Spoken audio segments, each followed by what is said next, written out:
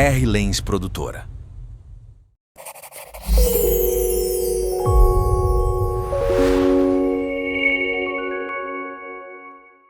A paz do Senhor Jesus, eu sou a doutora Neide Nascimento, sou cristã, advogada, mãe, esposa e faço parte também da Comissão da Mulher Advogada da cidade de Boituva.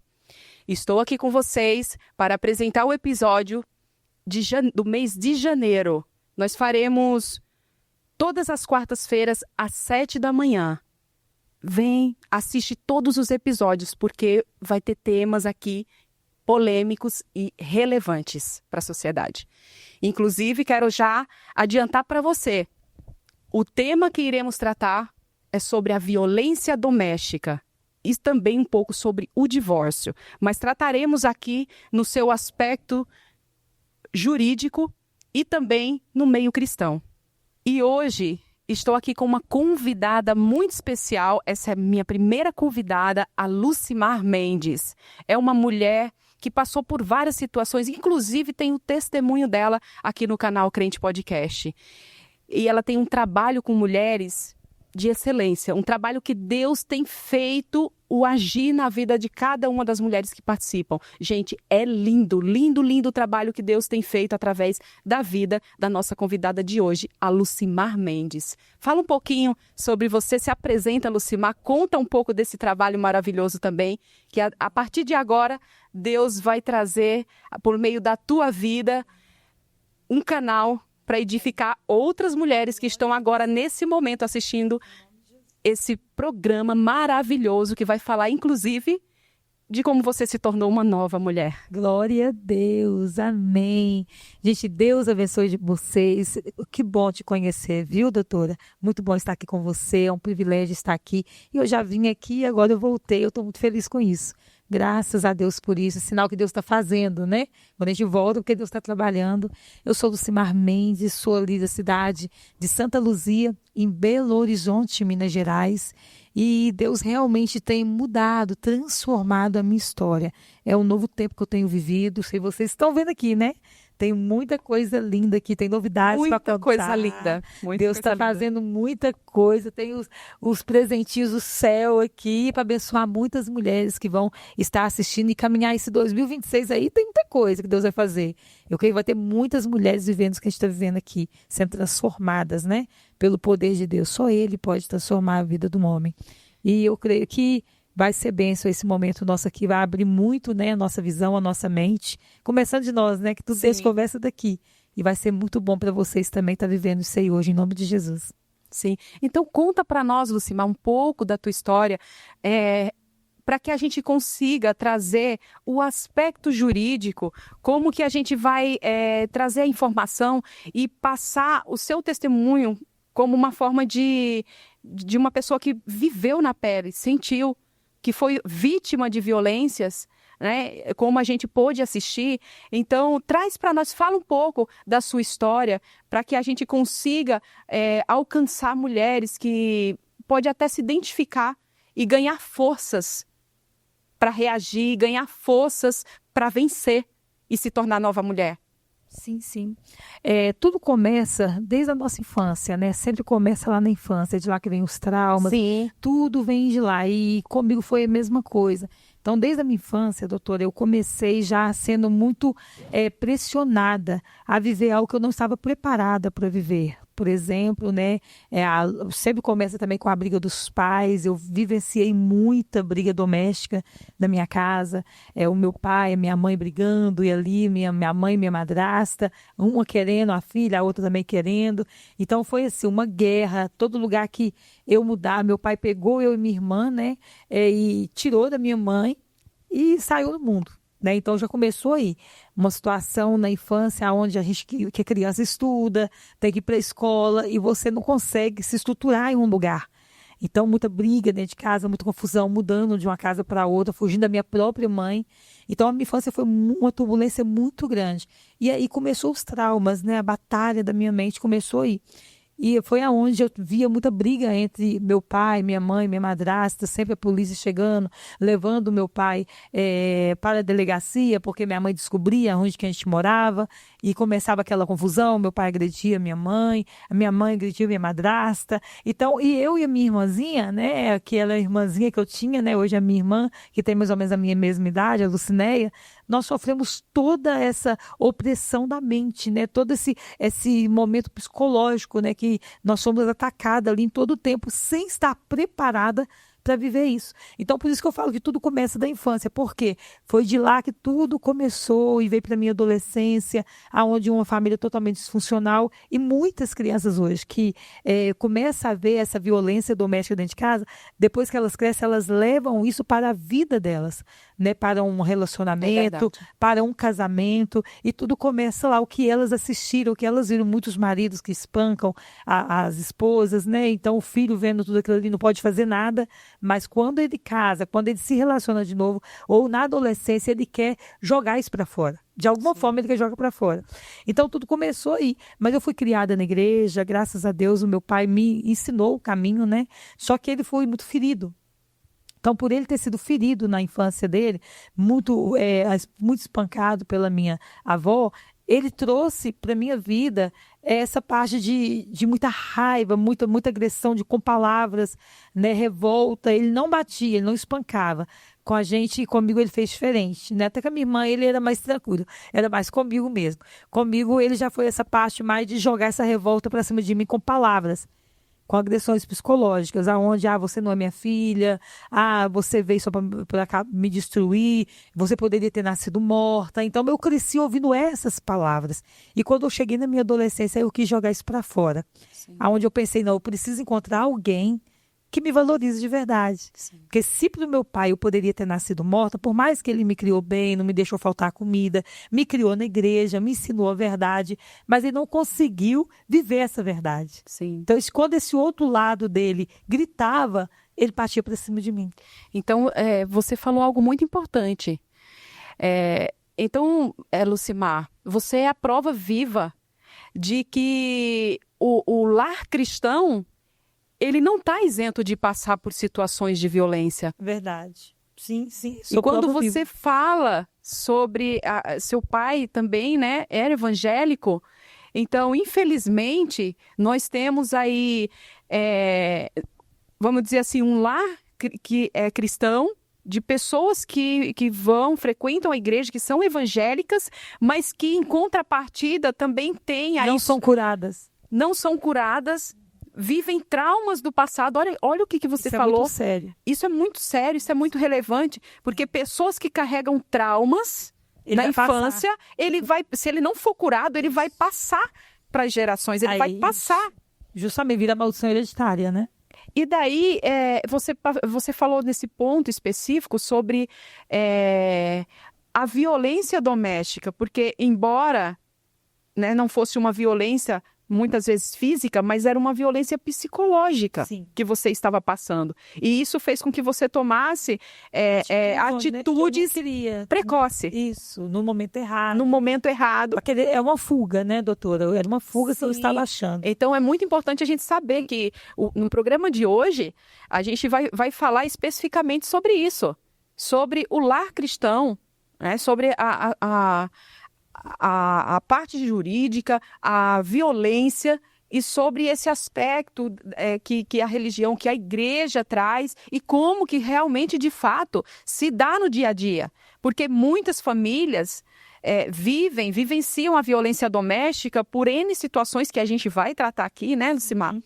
E elas não conseguem tomar outras atitudes, ao não ser fazer escolhas, às vezes, que são erradas. Que vai trazer sofrimento com uma busca de tentar solucionar algo. Sua motivação, né, errada, na verdade, no momento errado. Isso é muito importante que você falou.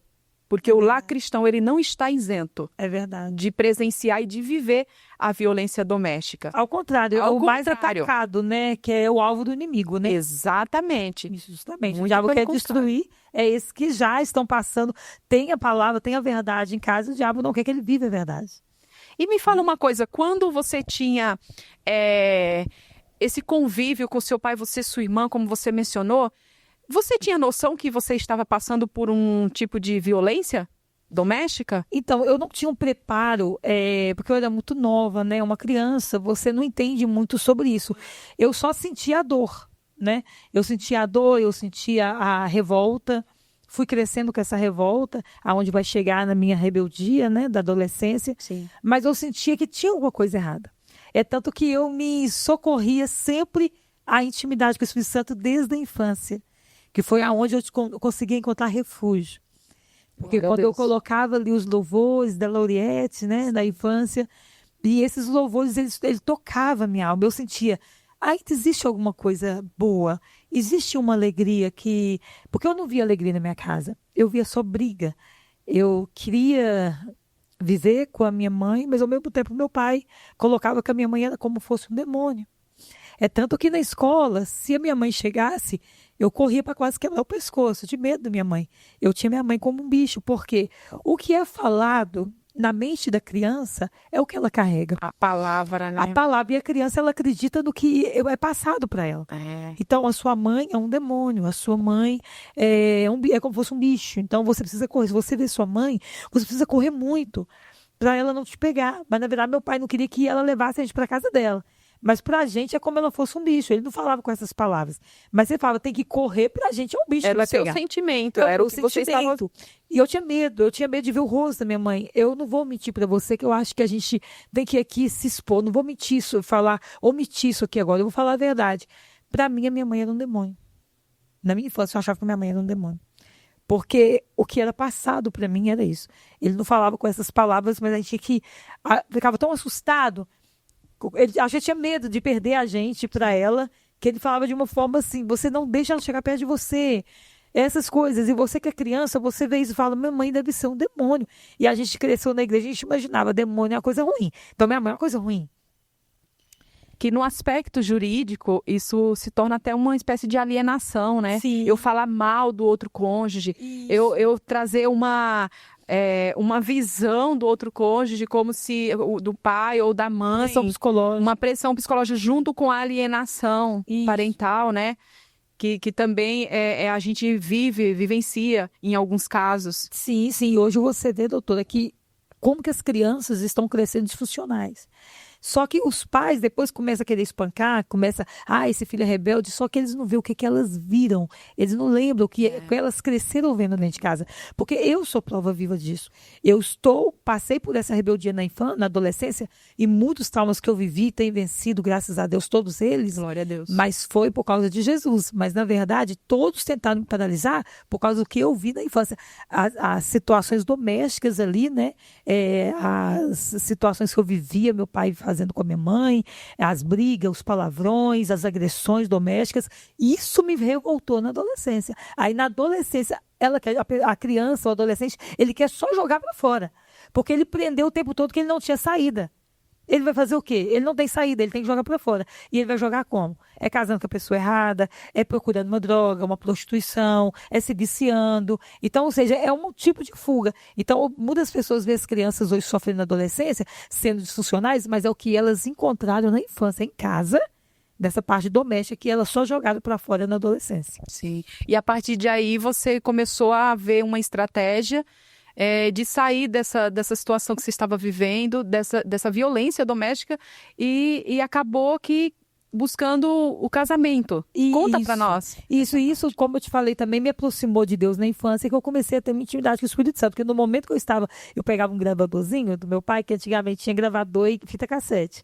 Aí eu colocava ali as fitas da Lauriette, ali colocava, às vezes, LP também, e eu começava a louvar, e aquilo ali me trazia uma alegria muito grande. Então eu pensava, esse momento aqui é o momento que eu tô feliz.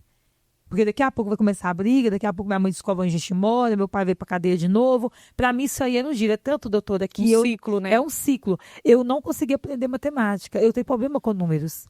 Isso atrapalhou até nas minhas finanças. Por quê? Porque por eu não ter compreendido matemática, quando eu começava a aprender, eu tinha que mudar do lugar.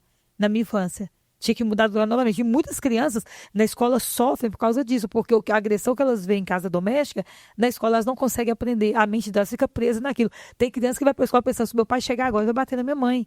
Então eu tinha que chegar antes do meu pai. para me ver se eu ajudo ele não bater na minha mãe. Então, que ele já vai para a escola com medo para chegar a igreja a mãe. Então, isso fica na mente, a criança não aprende, né? Então, existem muitas situações. E aí eu fui crescendo com essa revolta, com palavras negativas, mesmo meu pai sendo um bom pai, me criou na igreja, não me deixou faltar nada, porque hoje, doutora, eu conheço a palavra por causa do meu pai. Foi o meu pai que implantou a palavra na minha vida. Foi o meu pai que me ensinou o caminho, mas na verdade ele me ensinou algo que ele não conseguiu viver. Ele não viveu na íntegra a palavra. Forte, hein? Ele conseguiu passar para mim o legado, ou seja, eu consegui pegar a parte boa. Sim. Depois que eu sofri, né? Escolheu a melhor parte. A melhor parte. Então essa parte foi implantada em mim, talvez até por causa dessa fuga que eu tinha na infância, de ir lá para o secreto, que muitas crianças na infância já começam a fazer coisa errada. Eu, na infância, eu descobri Jesus. Ao amor de Jesus. Então, talvez isso me salvou para eu escolher a melhor parte. E aí eu cresci, essa parte falou mais forte no meu coração. E aí foi aonde eu cresci na minha adolescência. Meu pai começou muito a falar que eu estava trazendo muito mal para ele, que ele não queria, ele preferia não ser meu pai e tudo. Eu ouvindo essas coisas, eu falei, sabe de uma coisa? Eu vou sair de casa, eu vou trabalhar fora. Aonde eu comecei, falei, e ele falou que não, eu bati o pé, falei, eu não sou ninguém, então é melhor eu sair de casa. Aí o senhor vai ter paz, eu não sou problema, eu não precisava ter nem nascido, então eu vou sair de casa, eu vou trabalhar fora. E foi aonde ele não conseguiu me segurar, porque eu já estava bem rebelde, bem revoltada, por causa da rejeição, né? A rejeição vai te levando a tomar atitudes erradas. Sim. Você vai tentar ser acolhida por alguém tem que te acolher. Se você quer ser aceita, que é a aceitação. E aí eu fiquei um pouco mais fria com Deus, e aonde eu queria casar com alguém, eu queria conhecer alguém que me valorizasse. E quando eu saí de casa, eu conheci uma pessoa que quase destruiu toda a minha vida, e a situação piorou. Que foi um homem que eu conheci quando eu caí nos braços desse homem. Aí eu vi realmente que eu caí nos braços de um criminoso, né? Que não falava que era criminoso, mas eu não conheci o passado dele. Com 5 meses que eu vi esse rapaz, eu namorei, noivei e casei. E vamos abrir um parênteses aqui, né, Lucimar? Porque assim, a sua fala foi que você casou, que conheceu e logo já casou, foi tudo assim precoce, não teve um tempo de preparação. Você não conhecia, você não sabia como que era a vida. Então, o que você poderia falar para as jovens, para as mulheres que pretendem arrumar alguém para se relacionar, para casar? Como que a gente poderia, Lucimar, falar para elas sobre esse homem? Que características? Tem um tempo, você falou que você em curto tempo você não conheceu e se relacionou. Então, isso traz um exemplo, né? O que conselho você pode transmitir para essas mulheres? Então, o primeiro conselho, para nós chegar nesse ponto aí, doutora, a sua dependência não pode estar em ninguém. A sua dependência tem que estar em Deus. Porque essa dependência emocional que me levou a isso. Sim. Eu queria ser aceita, eu queria passar por essa aprovação, sendo que Jesus já te aprovou. Então, desde o momento que ele te criou, a imagem e a semelhança dele, você é aprovada por Deus. Você é filha amada. Quando você descobre quem você é, o diabo não consegue roubar a sua identidade. Porque conhecereis a verdade e a verdade vos libertará. Aí ele te liberta, porque o inimigo ele consegue te pegar aonde está as mentiras. Você está destruindo seu pai, você é um peso na sua casa, você não merece estar aqui, você não merece ser feliz. Isso aí é as mentiras que Satanás implanta na nossa mente. Mas quando você descobre para que você nasceu, qual o seu propósito em Deus, aí você não vai deixar se levar pelas vozes. Você vai ser levada pela voz da verdade, que é a palavra de Deus. E ele diz na palavra dele, nós somos criados à imagem e à semelhança dele. Sim. Então, nós somos filhos amados de Deus. Então, se eu tivesse descoberto isso na minha adolescência, na minha infância eu comecei a descobrir. Mas na adolescência a revolta falou mais alto. E se eu tivesse permanecido nessa palavra, eu não tinha procurado esse refúgio em ninguém. Eu ia esperar o tempo certo. Que eu ia entender, meu pai está me maltratando, mas eu sou amada. Como está escrito em Isaías 49:15, pode uma mãe esquecer do filho que cria? Do filho do seu ventre? Mas mesmo que ela viesse a esquecer, eu todavia não me esquecerei de ti. Eis que tem o seu nome gravado na palma da minha mão. Glória a Deus. Ou seja, não precisa de mais nada. Então, se autocompreender, se autoconhecer, saber quem é. Descobrir a sua identidade, para que você foi criado. E quando você vai para Salmo 139, você vê que lá está escrito que desde o ventre da nossa mãe, ainda informe, ele nos chamou e os nossos dias já estavam escritos.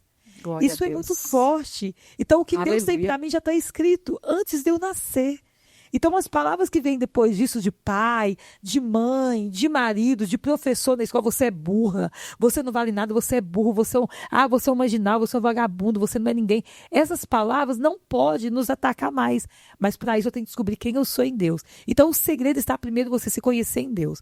Outra coisa, você não tem como se relacionar se você não está resolvido por dentro. É verdade. Porque você vai levar esse peso para a pessoa. Isso é importante. De verdade, a maioria das pessoas que casam e elas dão um choque, que isso aconteceu comigo, ferido dos dois lados. Quem é ferido, fere. É. Não adianta, a pessoa está machucada, ela vai pegar essa bagagem e vai jogar em cima da outra. É a pessoa mais próxima. Quem está mais próximo é o casamento. É o filho. Meu pai fez isso comigo.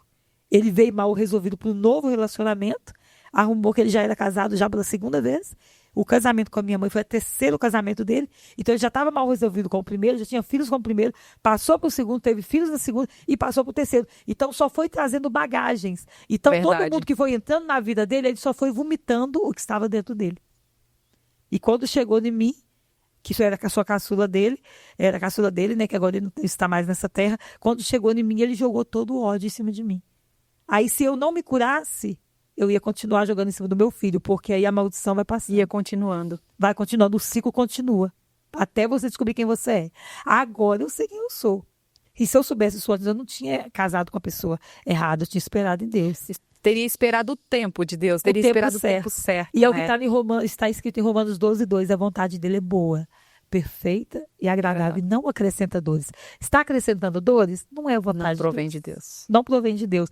Porque com Deus é sim ou não. Então, se tem maldição, se tem confusão, Deus não está no negócio. E o relacionamento, ele tem que ter paz. Sim. A paz que excede todo entendimento é Cristo. Porque vai ser uma aliança. Isso, justamente. É uma Vai ser uma aliança. Então, não tem como uma aliança começar com um só. Todo estruturado, né? Desestruturado. Não tem estrutura nenhuma. Não tinha nada. Eu não sabia nada sobre casamento quando eu casei. E sabe, vou te contar algo. Isso de mim agora. Quando eu não era cristã ainda e não tinha muito conhecimento. E o que eu tinha no meu pensamento era exatamente isso. Que eu estava nova e que eu precisava casar com alguém, me relacionar com alguém que tivesse algumas características. Aí, tá vendo? E sabe uma coisa importante, Lucimar, que eu aprendi? Eu vou ver a vida, vou conhecer a vida, vou saber como que ele é junto com a família, vou ali participar para eu saber como ele trata Sim. a mãe, como que ele trata as irmãs, como que ele trata ali quem está ao redor, se é um filho bom. Sim, até no trabalho, né? Porque você falou no seu testemunho, eu lembro, né? Assisti seu testemunho e eu me lembro que você falou assim, que ele falou que a partir dali ele não queria que voltasse a ter nenhum conhecimento sobre o passado dele, que era dali para frente. Isso. Então não tem como a gente se relacionar, isso traz uma reflexão, não tem como as jovens, mulheres, enfim, se relacionar, os homens, com alguém você sem não sabe conhecer. nada sobre ela. Sem conhecer. Verdade. Verdade. Tem que ter intimidade. Assim, Deus, ele nos ensina isso a todo momento. Se a gente não tiver intimidade com ele, a gente não vai saber nem como é a voz dele. É verdade. Aí, se a gente casa com alguém, a gente vira um só, como que a gente vai ter intimidade? E outra coisa, né, doutora? Deus trabalha com clareza, né? Tudo que é oculto já é do maligno. Já é do maligno. Não tem como. Se a pessoa tem algo a esconder, desconfie. É verdade.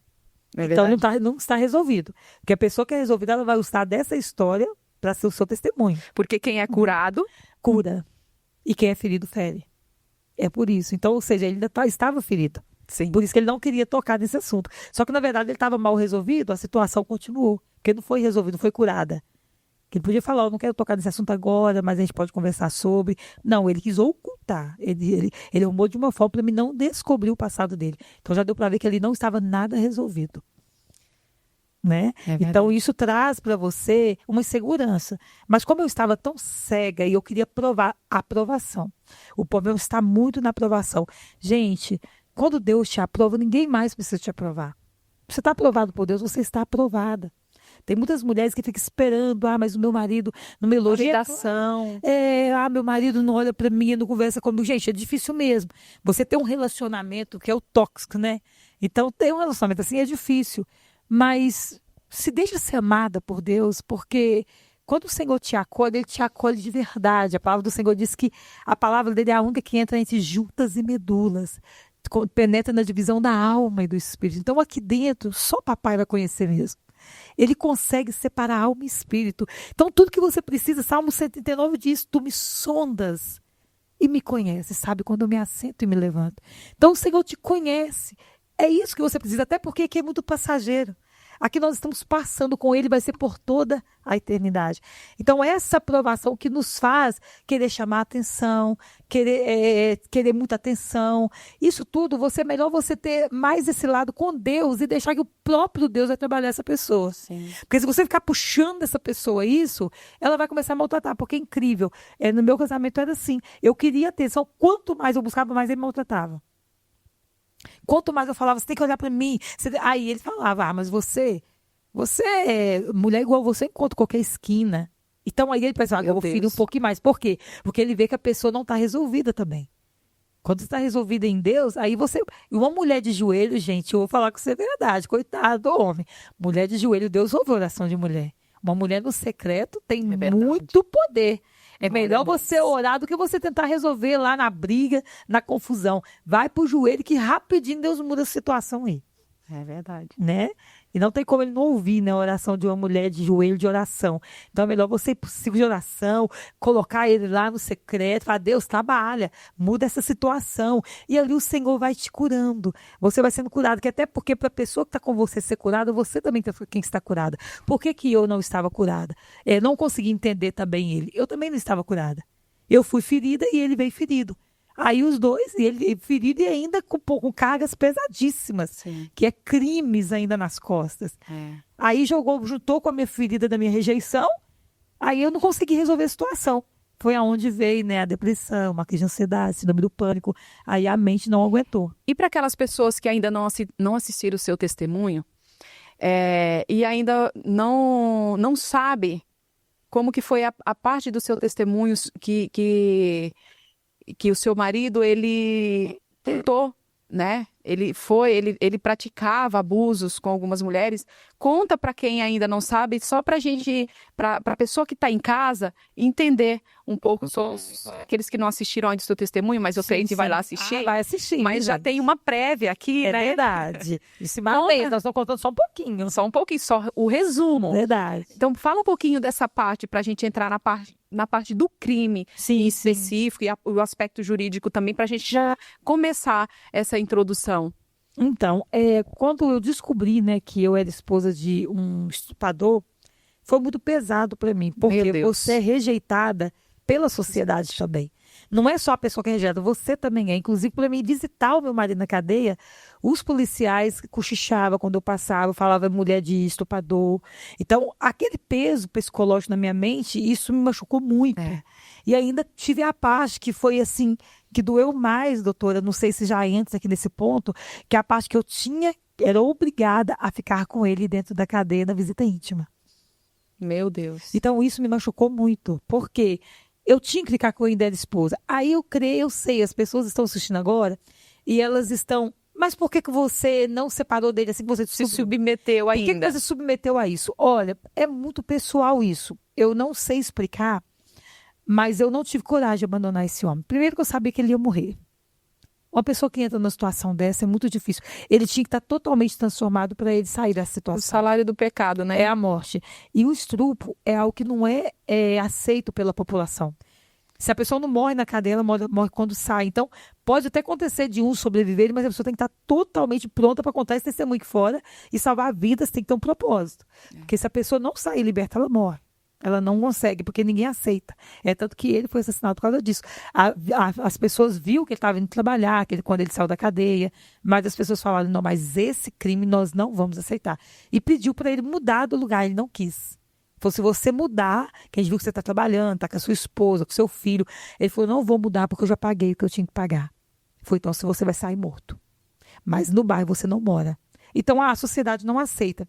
Então, e acaba que eu estava sendo muito, para a glória de Deus, né? O Senhor fez com que as pessoas vissem algo diferente em mim, senão talvez nem eu estaria aqui mais. Porque quando ele foi para ser assassinado, todas as vezes eu passava indo trabalhar junto com ele. E eu tinha 3 dias que eu tinha saído de férias. E aí foi aí que eles pegaram ele. Então, ou seja, Deus me poupou. E as pessoas também viram que eu não tinha nada a ver com aquilo. E depois que ele saiu, ele ainda continuou cometendo algum tipo de violência contra você? Não, não, comigo. Ele era bem agressivo antes. Depois que ele saiu, ele ficou muito tranquilo. Eu acho que ele viu também, né, por eu ter perdoado ele, me submetido a essa situação na prisão. E também, nós vamos falar sobre isso ainda, eu fiquei debaixo de ameaças também. Eu escolhi... Então continuou com uma violência. Quando ele estava na prisão, sim. Depois que ele saiu, que parou. Que na prisão ele falou, se você parar de mim visitar, se você não ficar comigo na cadeia, eu vou matar toda a sua família. Eu vou mandar matar a sua família aqui de dentro. E eu, com medo, eu me submeti também. Primeiro eu escolhi perdoar, porque, é claro, Jesus me perdoou. Eu errei também, magoei meus pais, casei com a pessoa errada debaixo de desobediência dos meus pais, então Jesus me perdoou. Se ele me perdoou, como que eu não vou perdoar o meu próximo? Sendo que o perdão é um mandamento.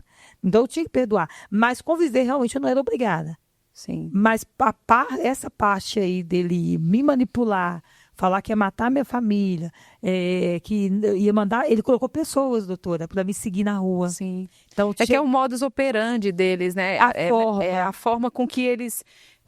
agem para te pressionar a permanecer ali. Permaneceu, era vigiada na rua. Sim, e isso. É uma violência doméstica. Com certeza. Mas até né? Você se dá conta que você ainda está passando por essa situação, demorou? Ou você ainda, depois não caiu a ficha que ele ainda continuava cometendo essa violência doméstica? Quando eu decidi separar dele ele na cadeia, meu pai me pressionou bastante, falou, você tem que separar, ele é um bandido e tudo. Eu não queria, porque eu sabia que ele estava ameaçando se eu separasse, mas aí eu tomei uma decisão. O meu advogado foi lá, ele assinou chorando. Mas depois que aconteceu tudo isso, que começou a ir para correr o divórcio, começou todo mundo a falar que ele estava tentando se matar. Aí ele trabalhou na minha mente. Né? Aí ele tentou precisar isso. Aí eu já comecei a pensar assim, gente, mas eu casei sabendo que tinha um passado. E ele não me contou. Mas eu sabia que tinha alguma coisa errada. A minha sogra não foi no meu casamento. Então ela falou, no dia do seu casamento, você está chorando, eu não vou no seu casamento. Você lembra que ano que você casou? Eu não lembro, doutora. Eu sou muito ruim de datas. Eu não lembro. Ano? Eu não lembro o ano que eu casei, não consigo lembrar. Eu acredito que foi ali para 2000. O meu filho nasceu em 2000. Então, se ele nasceu em 2000 e quando o meu marido morreu, ele tinha 9 anos. Então, eu não consigo lembrar, mas é antes, né? Sim. Não, por que eu estou te fazendo essa pergunta? Porque a nossa sociedade ainda tinha uma estruturação vamos dizer assim, de uma omissão, né? De uma aceitação, entre aspas, da violência doméstica, né? E somente no ano de 2006 teve o caso da Lei Maria da Penha, teve a Lei Maria da Penha, onde alguns aspectos começaram a ser modificados, né? A Lei 11.340 de 2006. Então, você não tinha como identificar isso.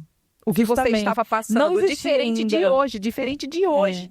Que hoje tem todo esse amparo, tem toda essa informação, né? A prevenção, tem tantas mulheres que se reúnem, tem palestra, tem orientações, né? Enfim, tem muitos meios, inclusive tem o podcast, tem o programa Nova Mulher, que hoje está trazendo esse tema, essa clareza, né? Que você passou por isso e você não tinha ainda uma lei, respaldo, você não tinha ainda um amparo ou algo que você pudesse identificar. Olha, né? Eu estou passando por essa violência.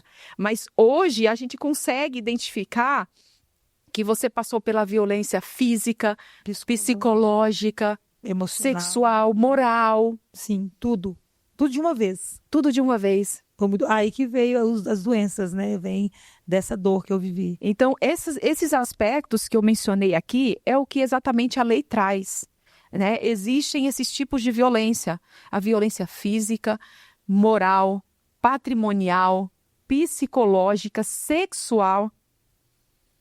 Então, a gente vê que vamos dizer assim, tem muita informação para socorrer as mulheres, para amparar as mulheres, para elas identificarem se realmente, de fato, elas estão passando e como sair, e como resolver. Sim.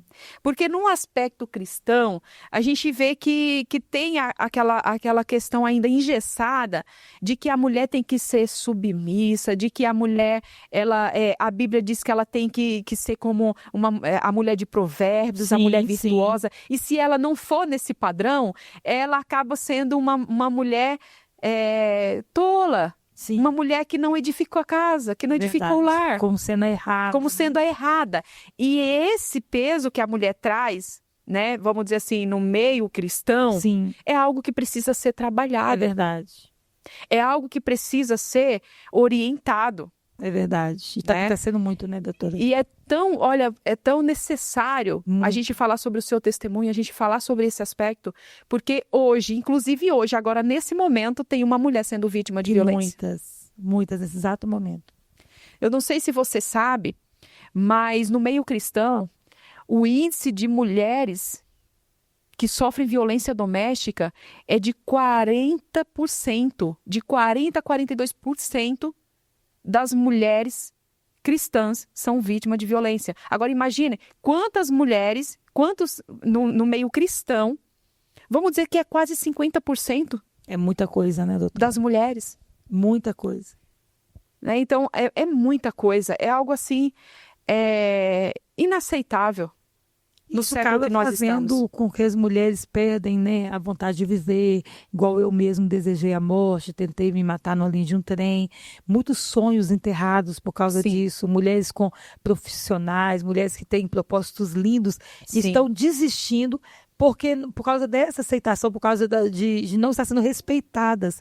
Elas não estão sendo respeitadas como mulheres. Né? E com isso, a mulher que não tem uma visão espiritual acaba entrando nesse feminismo também do empoderamento. E, na verdade, não é empoderamento, é mulheres cheias do Espírito Santo. É isso que a nossa vida hoje, que nós estamos vivendo, precisa. É verdade. Esse mundo que estamos vivendo não é de mulheres empoderadas, é mulheres no secreto. É a mulheres do Mateus 6,6. Que mulheres o Senhor posicionadas, posicionadas. Só que hoje as mulheres veem de uma forma errada. Posicionada não é general. Não. Posicionada é rendida. É aquela que serve, é aquela que apazigua. É aquela que se vai para o secreto, entra no seu quarto, fecha a sua porta, que o seu pai em secreto te recompensará. Gente, não tem uma mulher de joelho que o Senhor não ouve. Você vê que quando aquela mulher quebrou aquele vaso de alabastro ali nos pés do mestre, a Bíblia diz que quando veio os opositores, o Senhor respondia a eles e voltava o olhar para ela. Ou seja, ali estava a parte mais importante, é o que ela estava fazendo. Então o Senhor não quer saber o que está acontecendo ao redor, ele quer saber o que você está fazendo, como você está se posicionando nessa situação. Porque quando você sabe quem você é em Deus, ali onde você está dos pés dele, você tem tudo que você precisa. Sim. Não importa o que estão fazendo com você, só te toca, te mata se Deus permitir. Sim. Se ele permitir, não permitir, as palavras negativas não podem te destruir, porque você já conhece a verdade. Quando você conhece a palavra da verdade, as palavras negativas elas não podem te paralisar, porque você sabe que é o inimigo. Sim. E o diabo veio para matar, roubar e destruir. É porque muitas pessoas elas confundem a oração, a intimidade com omissão, com neutralidade. Sim. E não é. A palavra oração é sim a gente orar, mas é a gente agir. É agir. É a gente ter ação, a gente fazer algo. Deus, ele, ao mesmo tempo que ele lança uma palavra, Jesus, quando ele lançava uma palavra, ele esperava uma ação. É verdade. Ele poderia curar o cego, o aleijado, mas ele olhava e ele falava assim, quer ser curado? Então, uma resposta. É isso que as mulheres precisam entender. Elas têm que buscar em Deus porque elas têm que ter essa sabedoria de se posicionar, de querer e acreditar. A transformação que Deus tem. A nova criatura, a nova identidade que Jesus ele traz para nós. É verdade. Né? Então, quando a gente se fala de posicionamento, quando a gente fala de uma mulher sábia, quando a gente fala de uma mulher que tem intimidade com o Espírito Santo, que tem uma intimidade com Deus, a gente está falando dessa mulher que age no momento certo, de que ouve a voz daquele que Você, conduz. é verdade. Porque as mulheres são, eu vivi muito isso, doutora. Eu deixava muito as vozes, tanto do meu pai, começou com meu pai, e depois com o marido. As vozes me falar quem eu sou em Deus, para que eu estou nessa terra, mas quem vai saber quem você é, quem te criou. É verdade. Então, não foi seu marido que te fez, não foi seu pai que te fez. Seu pai foi ele usado por Deus para você vir ao mundo. Mas Sim. quem te criou mesmo, desde o ventre te chamou pelo nome, foi Deus. Quem te criou foi Deus. Então, quando você descobre essa identidade, ela é restaurada em Deus. Sim. Né? E quando você vai para o seu secreto, o Espírito Santo, ele te leva a... É como ele te alinhasse a esse propósito. Porque todos nós nascemos com um propósito. Então, você é alinhado ao propósito. Então, Deus ele tem o melhor para você. Agora, quando você ficou ouvindo vários ventos, várias vozes, você vai paralisar, porque o trabalho do diabo é matar, roubar e destruir. Sim. Mas Jesus disse, eu vim para que tenha vida. E vida com abundância. Mas essa vida eu preciso deixar ele fazer em mim. Se eu não deixar ele trazer essa vida sobre mim, eu vou ouvir a mentira, é a morte. Do diabo vai vir sempre morte. Mas a verdade, ela me liberta. Mas eu tenho que deixar ela me libertar. Gente, você que está aí, aguarda mais um pouquinho, que a gente vai falar sobre os aspectos jurídicos, sobre os aconselhamentos, sobre diferença, né, do relacionamento tóxico para realmente o abusivo. Então, espera mais um pouquinho, mas antes disso, vamos falar um pouco mais sobre o crime que foi cometido pelo seu ex-marido. Conta um pouco mais como foi essa história, como que aconteceu o pós-prisão ou a prisão. Conta para nós, Lucimar. Sim, sim. E geralmente, doutora, essas pessoas que trabalham nessa área de estudo, né, e muitas outras... Eu sou um pouquinho, Sumarada. É, Sumatopaz. Som. O dela ela perguntou. Geralmente, doutora, essas pessoas que trabalham nessas áreas, eles são muito espertos, eu costumo dizer até maquiavélico, né? Tem uma palavra, parece que maquiavélico, eles maquinam. Eles trabalham. Só um pouquinho. Coloca assim, não as pessoas que trabalham nessa área, coloca as pessoas que praticam este crime. Esse crime. Isso. Só para não pensar que Isso. Geralmente, doutora, as pessoas que praticam esse crime, elas trabalham muito na mente. Eles são espertos demais. Então, você não desconfia. Então, até para namorar com ele, pra você ter ideia, eu conheci ele na igreja, de terno e gravata. Então, ou seja, eles se escondem atrás de uma Bíblia para ir lá e pegar a ovelhinha, a virgenzinha, a mocinha da igreja, para destruir a vida dela. Então, eles é muito esperto e ele conseguiu me enganar muito bem com isso. Mas a família dele sempre avisando, ó, ele tem um passado, você precisa saber sobre isso, pergunta para ele, aí igual eu te falei, quando eu perguntava para ele, ele falava, eu contei no outro testemunho, né, se você quiser casar comigo, nunca pergunte o meu passado. Então, com Deus é tudo clareza, né? Então, não tem como eu já tinha que ver que por aí já tinha algo oculto, Deus não trabalha no ocultismo, o diabo sim, com Deus tudo é a verdade, é as claras. Mas eu estava tão cega, tão revoltada. A revolta, uma das coisas que ela faz também é te cegar. Porque você só quer ver aonde você vai resolver, achando que você vai resolver, mas está piorando a situação. Você quer ver uma solução para o seu problema, sem ter certeza que aquilo vai dar certo. Você quer sair do lugar que você está e ir para algo novo, mas pode ser pior de onde você estava. E eu queria sair da casa do meu pai para descobrir algo novo, para tentar achar essa felicidade. Sendo que a felicidade você só encontra em Cristo, né? Que eu te falei da dependência emocional. E com essa brincadeira que nós, né, já falamos, casei com ele, com essa coisa e outra, tentando se encontrar. Esse casamento foi um casamento, meu casamento era mais um velório do que um casamento, eu entrei com cabeça baixa. Meu Deus. Onde você vê que tem desobediência, a desobediência ela gera maldição. E a obediência ela gera bênção. Então, onde há desobediência não tem como ter paz. É uma destruição. E foi um casamento fora da vontade de Deus, fora da vontade dos meus pais. E a família dele não aprovando também, por causa que sabia quem ele era. E naquele momento ali, realmente, eu sofri muito, mas me casei, né? Onde eu te falei, eu me casei com ele. E levou, assim, 2 anos e meio, mais ou menos, para me descobrir que ele era um bandido.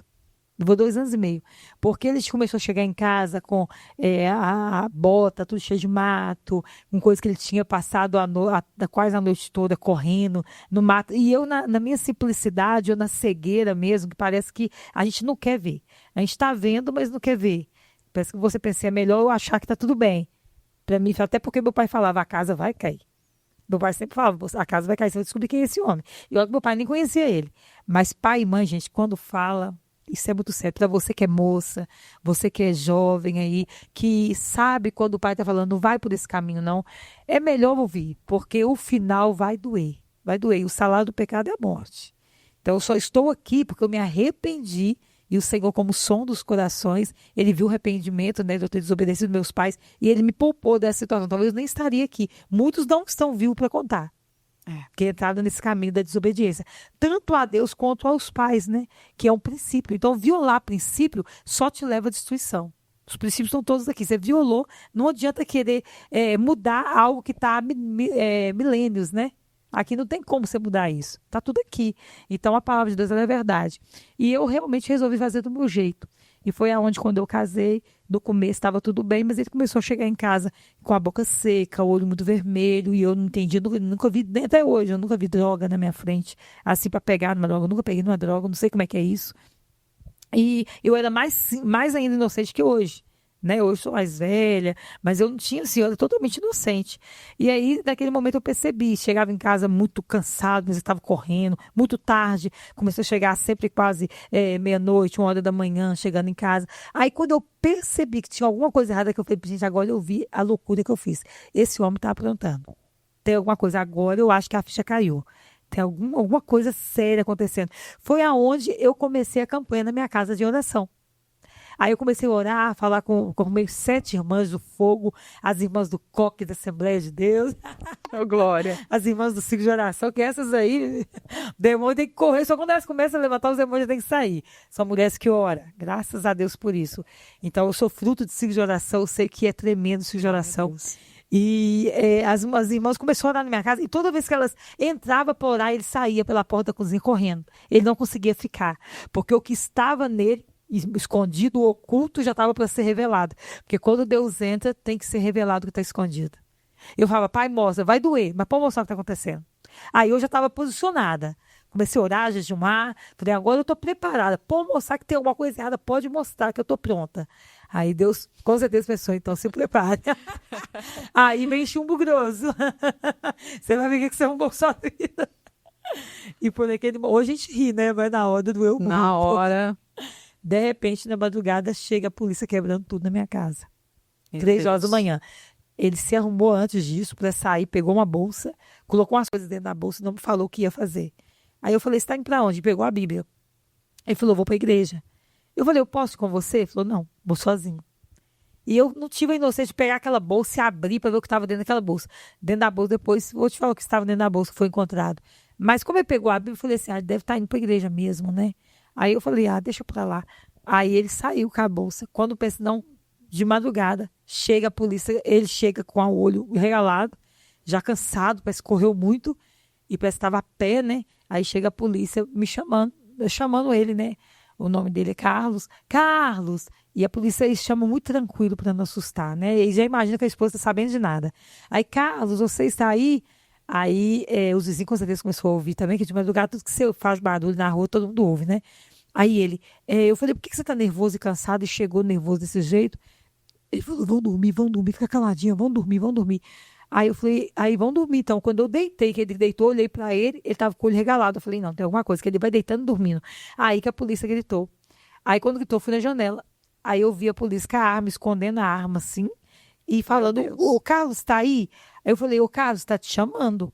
Ele falou, fica calada, não fala nada, fica quieta, não fala nada, não fala que eu tô aqui não fala que eu tô na casa da minha mãe.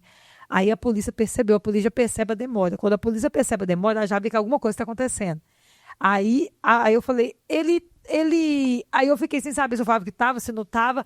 Aí foi aonde a pressão psicológica de novo, né? Aí ele eu comecei a saber se eu falar que tá, ele pode depois fazer alguma coisa comigo. Mas se eu falar que não tá, a polícia fala que eu tô ocultando ele. Então eu fiquei entre uma situação e outra.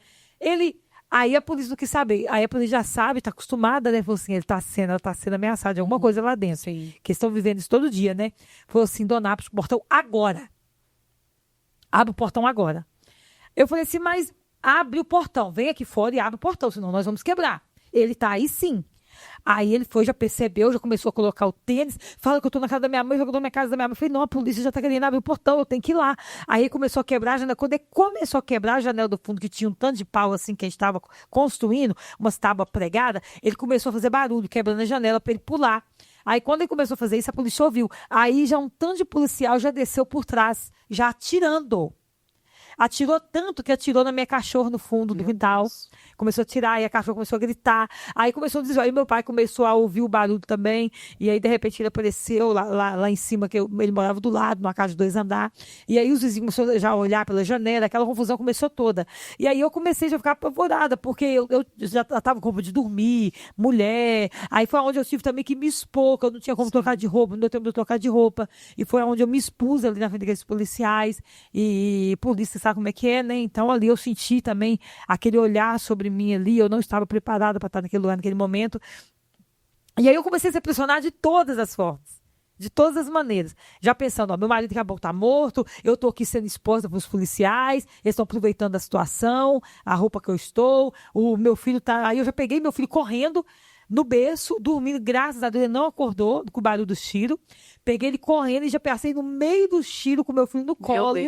E levei ele atirando na cachorra e policial gritando, quebrando o portão, aquela confusão toda. Eu não conseguia abrir a cadeado porque eu estava tremendo e eu não achava. Na hora do desespero você não acha. Por isso que pessoa que está dentro de um veículo, na hora de uma enchente, uma coisa, ele não consegue abrir a porta porque não acha o lugar. Você está muito nervoso, a sua mente não consegue captar.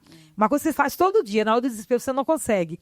Aí eu tentando achar a chave, não entrava de jeito nenhum. Aí a polícia começou a arrombar tudo, quebrar tudo, bater no cadeado, começou a quebrar portão, quebrar tudo. E os outros já atirando nele para baixo. Eu pensei, já morreu. Por esse tanto de tiro, ele já deve estar morto lá do quintal. Cachorro já pegou. Então, aí eu peguei com meu filho e falei, pai, ele falou, o que está acontecendo, Lucimar? Ele falou assim, o que ele falava todos os dias, a casa caiu? Eu falei, caiu. Hoje caiu. O senhor tá certo, a casa caiu. Aí meu pai ainda me lembrou disso para viver, tá vendo que eu te falei? Nessa hora eu ainda lembrou disso. Aí eu falei, pai, só protege meu filho. Minha mãe, madrasta, chamava de mãe. Mãe, ela que me criou, né? Falei, mãe, pega o Arthur e entra com ele aí pra dentro, protege meu filho. E agora eu vou resolver a situação, que é a minha preocupação com meu filho. Eu não sabia o que ia acontecer com meu filho. E eu fiquei com medo. Falei, protege meu filho, coloca ele aí na cama e fica aí com ele. Não sai pra fora. E aí, pai, desce comigo. E eu precisava do meu pai comigo para me proteger, porque eu estava praticamente semi-nu no meio de um tanto de policial, porque camisola, mulher, dormindo. Então eu estava assim, me exposta no meio de um tanto de policial. Então naquele momento ali eu falei, pai, me ajuda, me protege. É tanto que quando meu pai desceu, que ele viu a roupa que eu estava, falou assim, vai trocar de roupa agora. Meu pai fez assim, não, agora. Meu pai é homem, ele viu como é que estavam os policiais. Agora. Não interessa, eles vão esperar. Vai trocar de roupa. Como pai, ele não aguentou ver aquilo ali. Os policiais aproveitando aquela situação. Então, eu corri, fui trocar de roupa sem saber nem onde estava a roupa, não sabia mais nada. Ele jogando o lençol para cima, jogando cama para cima, rasgando colchão e aquela confusão. Eu fiquei apavorada naquele momento. É um momento, gente, assim, a gente conta porque Deus me tirou dessa situação, mas não é fácil contar isso aqui. Porque foi uma pressão psicológica muito grande para uma menina tão nova. Então, quando eu lembro, eu estava pressionado por todos os lados. E eu muito nova, experiente, eu nunca tinha visto polícia dentro da minha casa. E ali, quando eu fui trocar de roupa, e que tanto de tiro ainda, eu já ainda imaginando ele morto ainda, e pensando, será que vai matar a gente também? Que nessa hora você pensa tudo. E aí, naquele momento ali que a polícia veio e falou assim, aí eu já tinha trocado de roupa, meu pai conseguiu me fazer com que eu acordasse, mas não tinha como eu ficar daquele jeito. Eu tinha que resolver. Aí veio o tenente para conversar comigo. Aí eu falei assim, eu preciso conversar. E eu falei, você vai conversar com o tenente, ele vai te falar o que está acontecendo. Eu falei, alguém tem como me explicar o que ele fez? Porque eu estou vendo tudo, mas eu não sei o que está acontecendo. Né? Eu não estou entendendo, porque eu não sabia. Eu sabia que tinha alguma coisa errada, eu não sabia o quê. Mas eu olhei para Deus mostrar, né? Deus mostra mesmo. Deus mostrou. E eu não estava assim, preparada para uma coisa tão séria. Aí o tenente veio, eu já estava bem vestida, e falou assim, olha, você não vai acreditar agora que as mulheres não acreditam nesse tipo de crime. Mas principalmente você que é casada de nova, é difícil acreditar. Eu tinha só 2 anos de casada. Mas o seu marido, ele acabou de tentar estuprar uma moça. Ele tentou, ele não conseguiu. Ele acabou tentando de estuprar uma moça lá em São Joaquim de Bicas, que é lá em Betim, para quem é de lá vai saber onde é. E ele correu, ele fugiu do flagrante, mas o irmão da moça viu, né, ela lá no quintal com eles lutando, e correu lá e viu que ela não chegou em casa, que o irmão estava vindo atrás e ela na frente. Aí quando ele chegou em casa, que ele viu que a irmã dele, que estava com ele, que veio na frente do lugar que ele estava e não chegou em casa, ele já voltou e viu aquela mulher lá, é minha irmã então. Então, a menina que tá lá é minha mãe, então já entrou e pra cima. E aí foi onde eles tiveram luta corporal, mas ele conseguiu escapar, porque ele era muito esperto, e correu o rapaz atrás, aí disse que os vizinhos tudo já começou a vir pedaço de pau. Se pegasse ele ia ser lixado naquele dia, mas ele era muito esperto. E aí, pra onde que ele chegou lá em casa? Só que por que a polícia achou ele? Pra gente dar uma resumida aqui. Porque a Bíblia que ele levou ficou aberta no endereço da casa dele. Então, quando você usa, né, a palavra de Deus fala, né, de Deus não se zomba. É verdade. Então, quando você usa das coisas de Deus para cometer um crime, observe, Meu a Deus. própria Bíblia estava, até a foto dele estava, minha foto, o nome da minha rua, o número. Aí a polícia falou, foi facinho achar. Ele deixou tudo aberto, abriu no endereço. Foi facinho achar ele. E ali é o que o diabo faz, né? Aproveita para entregar a pessoa também para ela morrer, né? Para ser destruída também, né? E aí, nesse momento, ele falou assim, ele tentou estuprar essa moça, ele não conseguiu, ele fugiu na hora, porque ele foi pego, senão ele tinha estuprado ela. Com uma faca, com uma corda e com a coberta. É o que ele colocou na bolsa. E junto com a Bíblia. É o que ele estava arrumando a bolsa para sair nesse momento. Então, estava tudo planejado. Ou seja, ele já estava observando essa moça. Por isso que é muito ruim a pessoa sair de casa nos mesmos horários, sozinha. Porque esses horários que de deserto, de manhã, para ir trabalhar, é observado, é muito perigoso. Então, por isso tem que estar pedindo a Deus proteção mesmo, porque a pessoa que quer fazer o mal, ela não pega na hora. Ela espera para ver, Né? ela fica te observando até chegar o momento certo. Então, é muito perigoso. Isso é bom, às vezes, andar fora de horas diferentes, horários diferentes. Para quem vai trabalhar, um dia vai mais cedo, um dia vai um pouquinho mais tarde, para nesses horários perigosos, né? Muito de manhã, 5 horas da manhã, 6 horas da manhã, ou muito tarde da noite. Então, é bom mudar o horário. E aí, pronto, aí ele falou isso, eu não acreditei, porque a esposa não acredita mesmo, não entrou na minha mente de jeito nenhum, eu não consegui acreditar, falei, não, qualquer coisa, menos isso eu não acredito. Mas na hora dá uma coisa em você que você mesmo não quer acreditar. E foi aonde, depois disso, depois de um tempo, aí a polícia foi embora, aí falou, olha, a gente não pegou ele fugiu agora do flagrante, então a gente não pode pegar ele. Agora ele vai voltar para casa, vai ter uma vida normal com você, porque depois que foge do flagrante, só pode pegar com provas. Muitas provas. Então, foi voltar para casa, vai poder morar aí tranquilo. Só que nós vamos pegar ele, só que agora nós vamos esperar provas. E aí você tem que estar preparado. Aí ele falou, dorme na casa do seu pai hoje, porque ele vai voltar para cá, ele está por aí. Ele vai voltar para cá. A gente não sabe como é que ele está. Dorme na casa do seu pai, mas seu filho, que é do lado, e deixa ele entrar aí e depois vamos vendo o que vai acontecendo. E foi dito e feito. Polícia foi embora e tudo registrado, tudo certinho, jogou tudo pra cima, a casa estava toda bagunçada. E eu fui pra casa do meu pai, fiquei lá, a gente ficou lá assim, morrendo de medo, né? E a gente ouviu na hora que ele chegou e acendeu a luz. Ele voltou pra casa, acendeu a luz, e a gente com a porta trancada, morrendo de medo. E ele acendeu a luz e colocou tudo no lugar. E no outro dia de manhã, quando eu levantei, a casa estava toda arrumadinha, mesmo as coisas rasgadas, ele colocou tudo no lugar e deixou uma carta para mim, falando, ó, eu vou embora, eu vou fugir, mas eu sou inocente. Só que ele era tão esperto que ele falou, sou inocente, mas eu ia pensar, se ele é inocente, como é que ele sabe o que está acontecendo? Inocente de quê? Ele falou, eu estava escondido lá no meio do mato, eu ouvi eles passando e falando. Ele pensou em tudo. Que eu ia falar, mas inocente de quê? Ele não sabe o que é. Ele não sabe o que eles falaram aqui. Se ele é inocente, ele não sabe. Então, até porque ele correu, por quê também, né? Se é inocente, por que correu? Porque correu.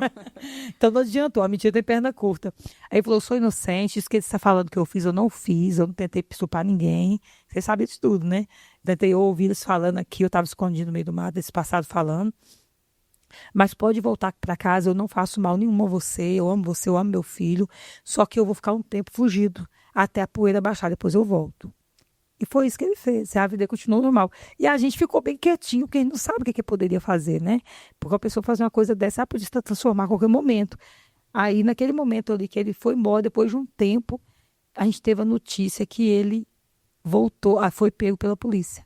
A polícia pegou ele, teve provas, e aí a polícia condenado. Foi condenado. Aí a polícia me ligou falando, o seu marido está preso, pegou ele num ponto de ônibus, parece. Ele está preso, traz roupa, coisas pessoais, né, objetos para ele, E agora ele vai ficar aqui até no julgamento, né? E foi aonde eu comecei a visitar ele na cadeia. Aí eu comecei a visitar porque, até por medo de acontecer alguma coisa, e também eu me sentia culpada. Eu carregava a culpa de ter casado com uma pessoa que eu não conheci. E eu pensava, agora eu tenho que lutar pela alma dessa pessoa. Porque eu tenho um filho que vai crescer, como ele vai ver a situação, eu vou lutar pela alma desse homem, mesmo que eu não fique com ele. A minha intenção era essa. Mas, na verdade, parece que eu já estava presa à situação. É tanto que é eu que tinha que levar as coisas para ele. E a mãe dele, no começo, não foi visitar ele. Então, era eu que tinha que estar mesmo. A mãe dele custou para visitar ele. Depois, com uns anos, sem ir na cadeia. Então, é eu que fui lá e comprei, abri. E o padrasto dele foi também. Mas a mãe dele não conseguiu no começo. Ela ficou revoltada por ele ter feito isso com uma menina de igreja, uma menina inocente. Ela pensava, por que ele foi casar com essa menina então? Por que ele não continuou a vida que ele queria continuar, mas teve que pegar uma menina de família para destruir a vida dela? Então, minha sogra ficou revoltada com o que ele fez comigo, né? E pronto. Aí, quando passou tudo isso, ele foi preso, visitei muito tempo na cadeia, e depois disso, quando ele saiu da cadeia, ele ficou lá, cumpriu a pena, teve descida, né? Que aí ele cumpriu direitinho, que ele começou a trabalhar lá dentro como mecânico. Sim. Aí acaba que reduziu a pena. Ele era muito inteligente, um mecânico muito bom e muito esperto também. Conquistou lá todo mundo lá dentro, arrumava os carros dos policiais e tudo.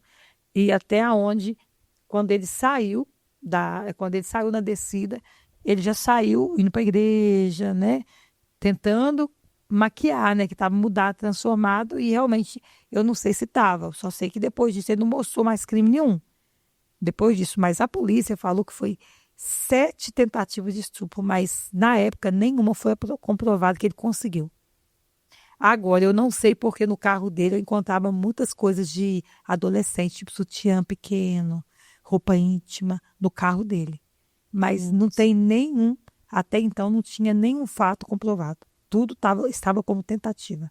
Mas ele tinha outros crimes de assalto, a mão armada. E aí apareceu outros processos, que eu não sabia de nada. Meu Deus. Então ele fazia outras coisas, tinha roubo, falsificação de documento. Aí que eu fui descobrir que a identidade dele era falsificada. Ele usou do meu documento e falsificou, ele mandou tirar um documento de bons antecedentes. Eu não sei o que ele fez. Eu não precisava fazer isso numa época lá que ele pediu para me fazer, falou que ele precisava, para o emprego, ele precisava disso, eu fazer isso. Eu acho que não pede isso da esposa. Ele mandou eu fazer, mas na verdade parece que ele usou do meu e fez uma falsificação. Meu Deus. De bons antecedentes. E eu, inocente, eu fiz esse documento. Fui lá e tirei meus bons antecedentes para eles criminais. Então ele usou disso, porque ele foi também condenado como falsificação de documento. Então, com certeza, esse aí é um deles. Né? Então, roubo, assalto, muitas coisas. Aí apareceu muita coisa, muito processo, por isso que ele ficou lá na cadeia. Mas esse daí não foi comprovado nenhum. Esse foi tudo tentativa. Mas como eu achava coisas no carro dele, então Indícios, pode né? ser, por mais que ele fazia trocas de carro, que eu falo no outro testemunho, mas tem muita coisa, pode ser que alguma coisa aconteceu, que só Deus sabe. E agora a justiça também já deve saber, mas agora eu nem quero saber mais nada que aconteceu, né? Para mim isso aí já foi um passado. Aí, com isso, acabou. Ele saiu da cadeia. Quando ele saiu, arrumou um emprego. Aí, quando ele arrumou esse emprego, a gente está resumindo bem aqui. Vocês podem assistir o testemunho todo, que ele está aí no canal. Mas está resumindo. Aí, ele arrumou um emprego e com 1 ano e pouquinho, mais ou menos, que ele estava nesse emprego trabalhando como mecânico, ele indo trabalhar, eles perguntaram: se você sair daqui, você está perdoado pela gente. Não perdoado, mas vamos fazer nada com você. Mas se você ficar, você vai morrer. Aí ele falou: não. Pode matar, mas eu não vou sair daqui. Eu tô com a minha esposa, tô com meu filho, tô indo na igreja. Bom, o coração só Deus sabia, né? Estou indo na igreja, então eu já paguei. Então eu não vou sair daqui, eu tô reconstruindo a minha vida. Aí foi onde ele falou: então espera aí. Aí enquanto ele atravessou para ele ir pro ponto de onde pegar ônibus, ainda de costa, a pessoa voltou em casa, pegou a arma e já pegou ele por trás e deu 5 tiros. 4 nas costas e 1 na boca. E foi aonde ali que tudo acabou, né? Essa história acabou ali. E eu não estava preparada para nada disso, né? Só que eu senti algo assim como fosse um alívio. Por quê? Porque eu estava numa situação que eu não sabia sair dela. Porque nessa situação ele colocou pessoas enquanto eu estava na cadeia para me vigiar. Eu tive que ficar com ele na cadeia, né? Como eu te falei, visita íntima. E tem uma dessas partes que foi bem dolorosa, né? Dessa visita que eu tive com ele, que mexeu muito no meu emocional como mulher, né? Mexeu muito na minha moral como mulher. me prejudicou muito. E foi aí aonde que começou os traumas, né? E eu tive que me submeter porque ele me ameaçava de morte, que eu não podia separar dele. Então eu fui obrigada a ficar com ele, não tinha como eu separar. Eu até tentei, mas eu não tive coragem. Aí foi onde eu assumi mesmo. Falei, sabe uma coisa, eu vou lutar no seu lugar até a morte. Porque eu tentei separar, não consegui. Ameaçada de morte, homens me vigiando na rua. Eu estava trabalhando na loja e tinha homens assim, parados, assim, com a mão cruzada, me observando dentro da loja. E eu pensava assim, é mandado por ele, com certeza, porque eu não faço nada de errado. Então, esses caras que estão me vigiando, é ele que mandou. Então, eu comecei a ser vigiada na rua, imagina. E eu não sabia quem estava vigiando, se era polícia, se era bandido, eu não sabia quem era a pessoa. Então, eu sofri muita pressão psicológica. Aonde eu falei, não, vou ficar com esse homem agora até a morte, eu vou fazer o quê? Vou riscar minha família? Ele falou que se eu separasse dele, ele ia matar toda a minha família. Ia começar pelo meu pai. Ele só não ia matar minha madrasta, ele falou. Que ela era uma pessoa boazinha, não ia matar ela, mas o resto ele ia matar tudo. Eu não podia pôr minha família em risco. Falei, já que eu entrei na chuva, agora eu vou molhar. Agora eu vou até o fim desse homem, seja o que Deus quiser. Aí, se Deus quiser, ele me livra. Onde eu coloquei isso na minha vida e foi o que aconteceu. Levei ele até o caixão. Infelizmente, Lu, não é o fim, vamos dizer assim, Não é de porque- muitas mulheres. Né? Infelizmente, a violência doméstica, o seu caso foi um caso específico, né? Que o fim dele, realmente, ele morreu. Mas a gente vê muitos casos que é o contrário, que muitas mulheres não conseguem reagir, não conseguem Não sabe o que fazer. se libertar desse relacionamento, dessa violência, até chegar ao ponto de acontecer feminicídio. É verdade. Algumas não conseguem. Eu acompanhei um caso, né, que foi o da Sara Mariano, uma cantora gospel. Acho que a mídia, né, muita gente acompanhou esse caso. E o fim, infelizmente, né, ela foi morta, né, a facadas, e depois foi carbonizada, né? Então, assim, a gente não tem como esperar que aquele agressor, ele vai morrer, né? E no seu caso, ele chegou nesse fim. Mas hoje no Brasil, por exemplo, o índice de feminicídio é muito alto. É verdade. Muitas não conseguem. Aí quer resolver a situação da forma errada, né?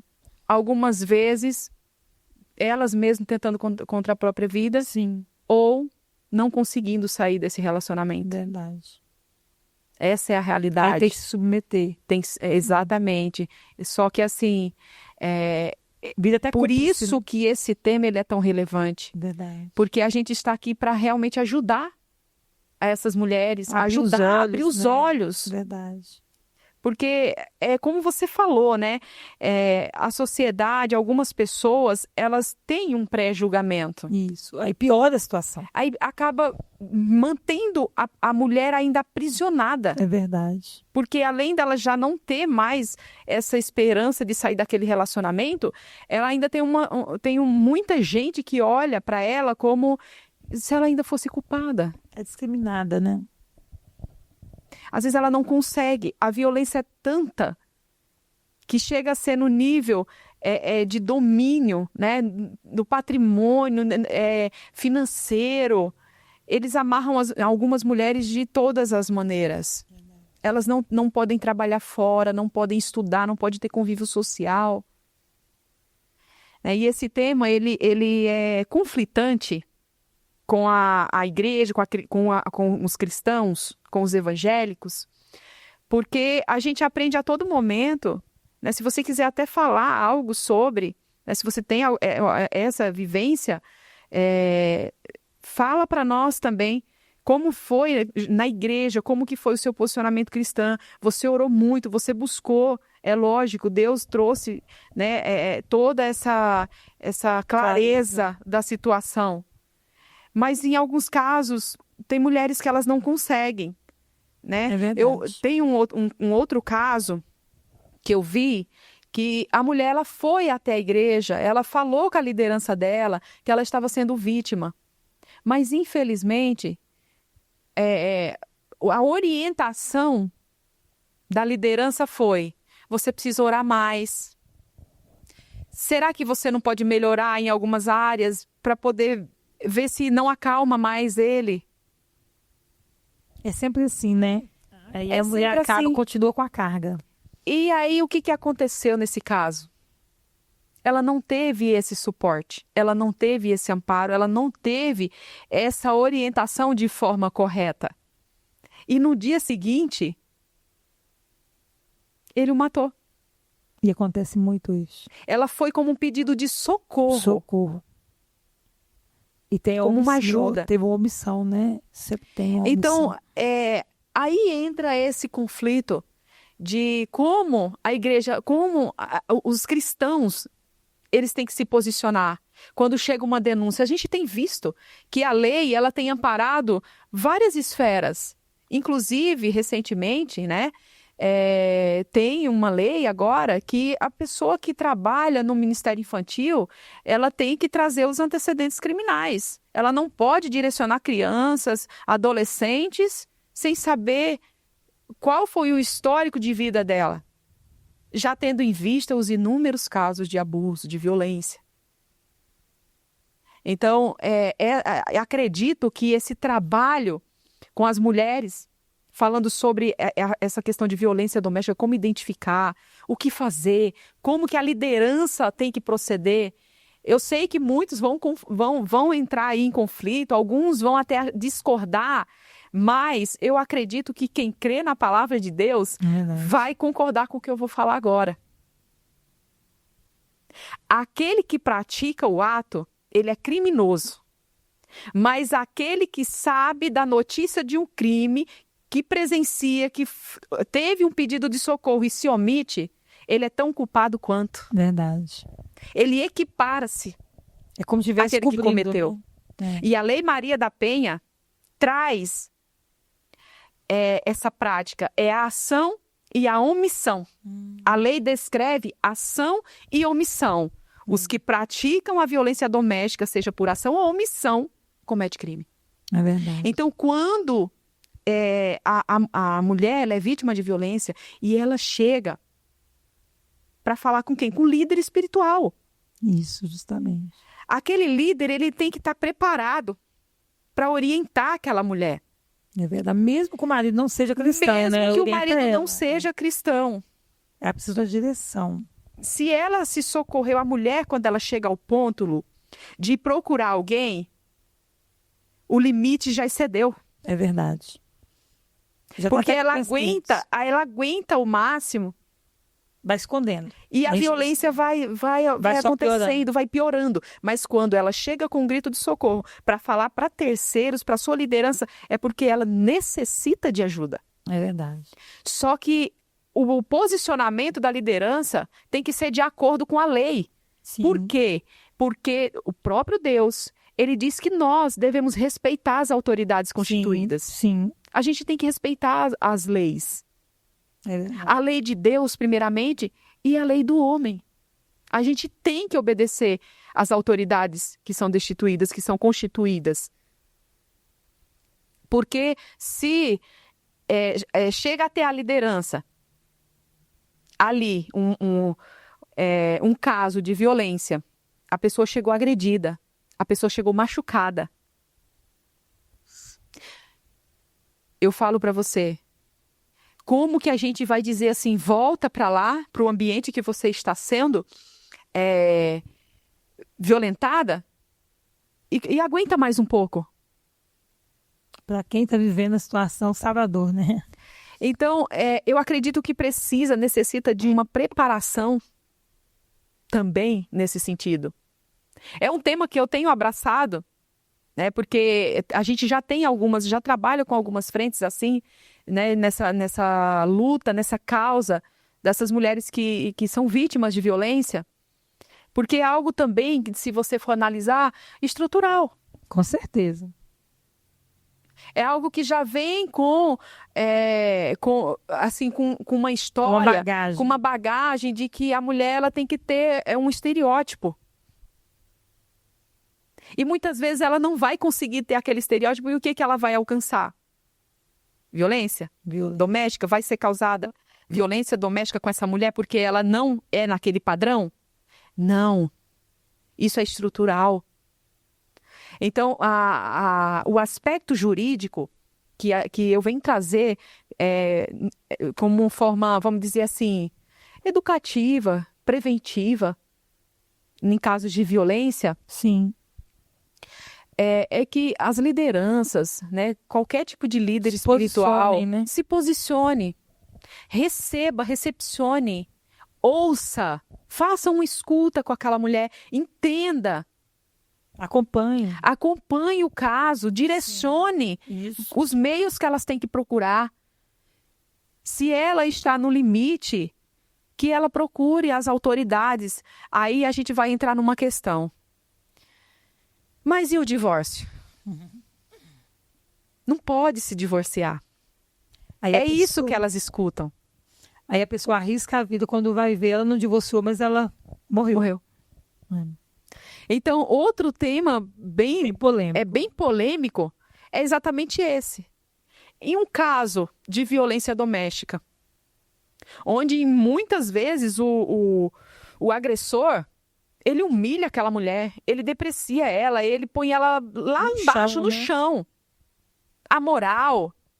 É verdade, como matasse a pessoa estando viva, né? Exatamente. Mata os sonhos, projetos. Quando um homem, ele comete essas ações, ele está repudiando aquela mulher. E a própria Bíblia dá a base legal, vamos dar base para o divórcio no sentido assim, da carta de divórcio, né? Um exemplo disso foi lá com Moisés, quando ele dá a carta de divórcio para aquela mulher. Então, assim, por quê que nesse caso pode? Não é que pode. Ninguém casa para separar. Claro que ninguém não. casa para dar errado. A aliança, não, né? Deus se agrada da união. Deus se agrada do casal que realmente virou uma só carne. Sim. E é isso Cada que um Deus fazendo quer. o seu papel, né? E cada um fazer o seu papel. É isso que Deus quer. Sim. A gente casa-se. A gente vira um só. Verdade. Porém, no direito, a gente tem uma máxima que diz assim, que toda regra tem sua exceção. É porque tem casos e casos, né? No caso da regra, seria Deus não aceita o divórcio. Deus não quer que ninguém se divorcie. Sim. Mas, em caso que a mulher Vida ou seja morte, repudiada, né? Repudiada, vida ou morte. em traição. caso que o homem não a quer mais, mas mantém ela aprisionada, Aí já não é o casamento, é uma prisão, né? exatamente, porque antigamente existiam-se as concubinas, Sim. né? As esposas concubinas. E muitos homens, o que estava acontecendo naquela época? Estava acontecendo que os homens eles estavam repudiando as mulheres e largavam ela, assim, jogadas. Elas ficavam aprisionadas com aquele homem porque eram concubinas dele. E a vida dele seguia, ele era casado e ele não queria mais aquela mulher. Mas era como se fosse uma escravidão para ela, como se fosse uma pena para ela. Sim. Deus, acredito eu, conjecturando, que Deus vendo isso, Deus falou, como pode? O homem, ao invés de colocar a mulher no lugar que ela tem que estar, ele está repudiando ela. E ele está aprisionando ela a um relacionamento eterno e com um jugo eterno. Aí Deus falou, acredito que Deus olhou para essa situação e usou Moisés. Que Jesus veio para libertar, né? Não para a pessoa continuar presa, aprisionada. Exatamente. Então, assim, quando fala-se em divórcio, tem muitos questionamentos. Muitas pessoas têm seus entendimentos, mas o único entendimento que a gente tem que ter é da palavra de Deus. É a palavra, Existe 3 exceções em caso de divórcio. E isso com base bíblica. É caso de adultério. Sim. É nesse caso, quando a mulher é repudiada. Então, assim, não tem justificativa para uma mulher ser vítima de violência, ser repudiada e permanecer num relacionamento desse. Porque é o risco de vida, né? E a pessoa está colocando a vida dela em jogo. Exatamente. Sendo que a vida tem um propósito nessa terra. Então, eu vou perder o meu propósito nessa terra, a minha vida, para todos os dias ali viver debaixo desse jugo de morte, de traição, de sofrimento, a psicológico e físico, né? Sim. Então, e ainda destruindo os filhos também, né? Não só ela, mas os filhos também sendo destruídos. Sim, porque reflete, né? Tudo. A criança também está crescendo no meio da violência. Né? Tem criança, por exemplo, que vai para a escola, não consegue aprender as matérias. Eu não conseguia aprender matemática porque todo dia em casa tinha briga na minha casa. Tinha palavrão, tinha meu pai batendo na minha mãe tentando pegar o da minha madrasta. Então era essa violência, meu pai indo para cadeia, o sangue descendo na minha mãe, e ela toda ensanguentada, ele batia na cabeça dela, e aí sangue descendo. Minha mãe batia na minha madrasta. Então, assim, aquela confusão. E aí a criança cresce disfuncional. Sim. Aí, às vezes, a criança vai para a adolescência e ela quer uma fuga. Mas, na verdade, é o que ela refletiu nela por causa justamente do que ela via na vida dos pais. As agressões e as brigas e as violências dentro de casa. Então, não destrói só a mulher, né, só a família, destrói também os filhos também. Sim. Tudo fica destruído. Sim. Eu acredito que nessa parte precisa se ter uma união. É verdade. Uma união dos cristãos para a redução desse número, dessa estatística, desse índice. É verdade. Eu gosto muito, doutora, do trabalho da Igreja da Lagoinha, e tem outras igrejas também que têm esse trabalho, que é trabalhar o Ministério da Família. Então, Lagoinha tem o trabalho como criar filhos, né? Tem o trabalho também do Casados para Sempre, que acompanha de perto os casais nesse curso Casados para Sempre. Tem a parte também de curso para adolescentes. Eu acho que é muito importante ter isso nas igrejas, envolvendo família. Sim. Para acompanhar a família de perto, o Ministério de Família. Eu acho muito lindo isso. Sim. Nessa igreja aqui da Lagoinha. E tem também a parte que você acompanhar de perto uma situação. Chegou uma queixa, não é você dar uma orientação e soltar, não. Principalmente casos de violência, porque caso de violência, igual você falou aqui, se chegou no ponto de falar, porque geralmente a mulher fica calada o máximo que ela pode, justamente para não expor o marido, que a mulher é mais coração, o homem é mais razão. Então, às vezes, a mulher não quer expor o marido, principalmente quando ele tem um cargo na igreja. Mas ele pelo menos ele está na igreja, mas está na igreja, mas ele tem que estar liberto. Ele tem que estar transformado.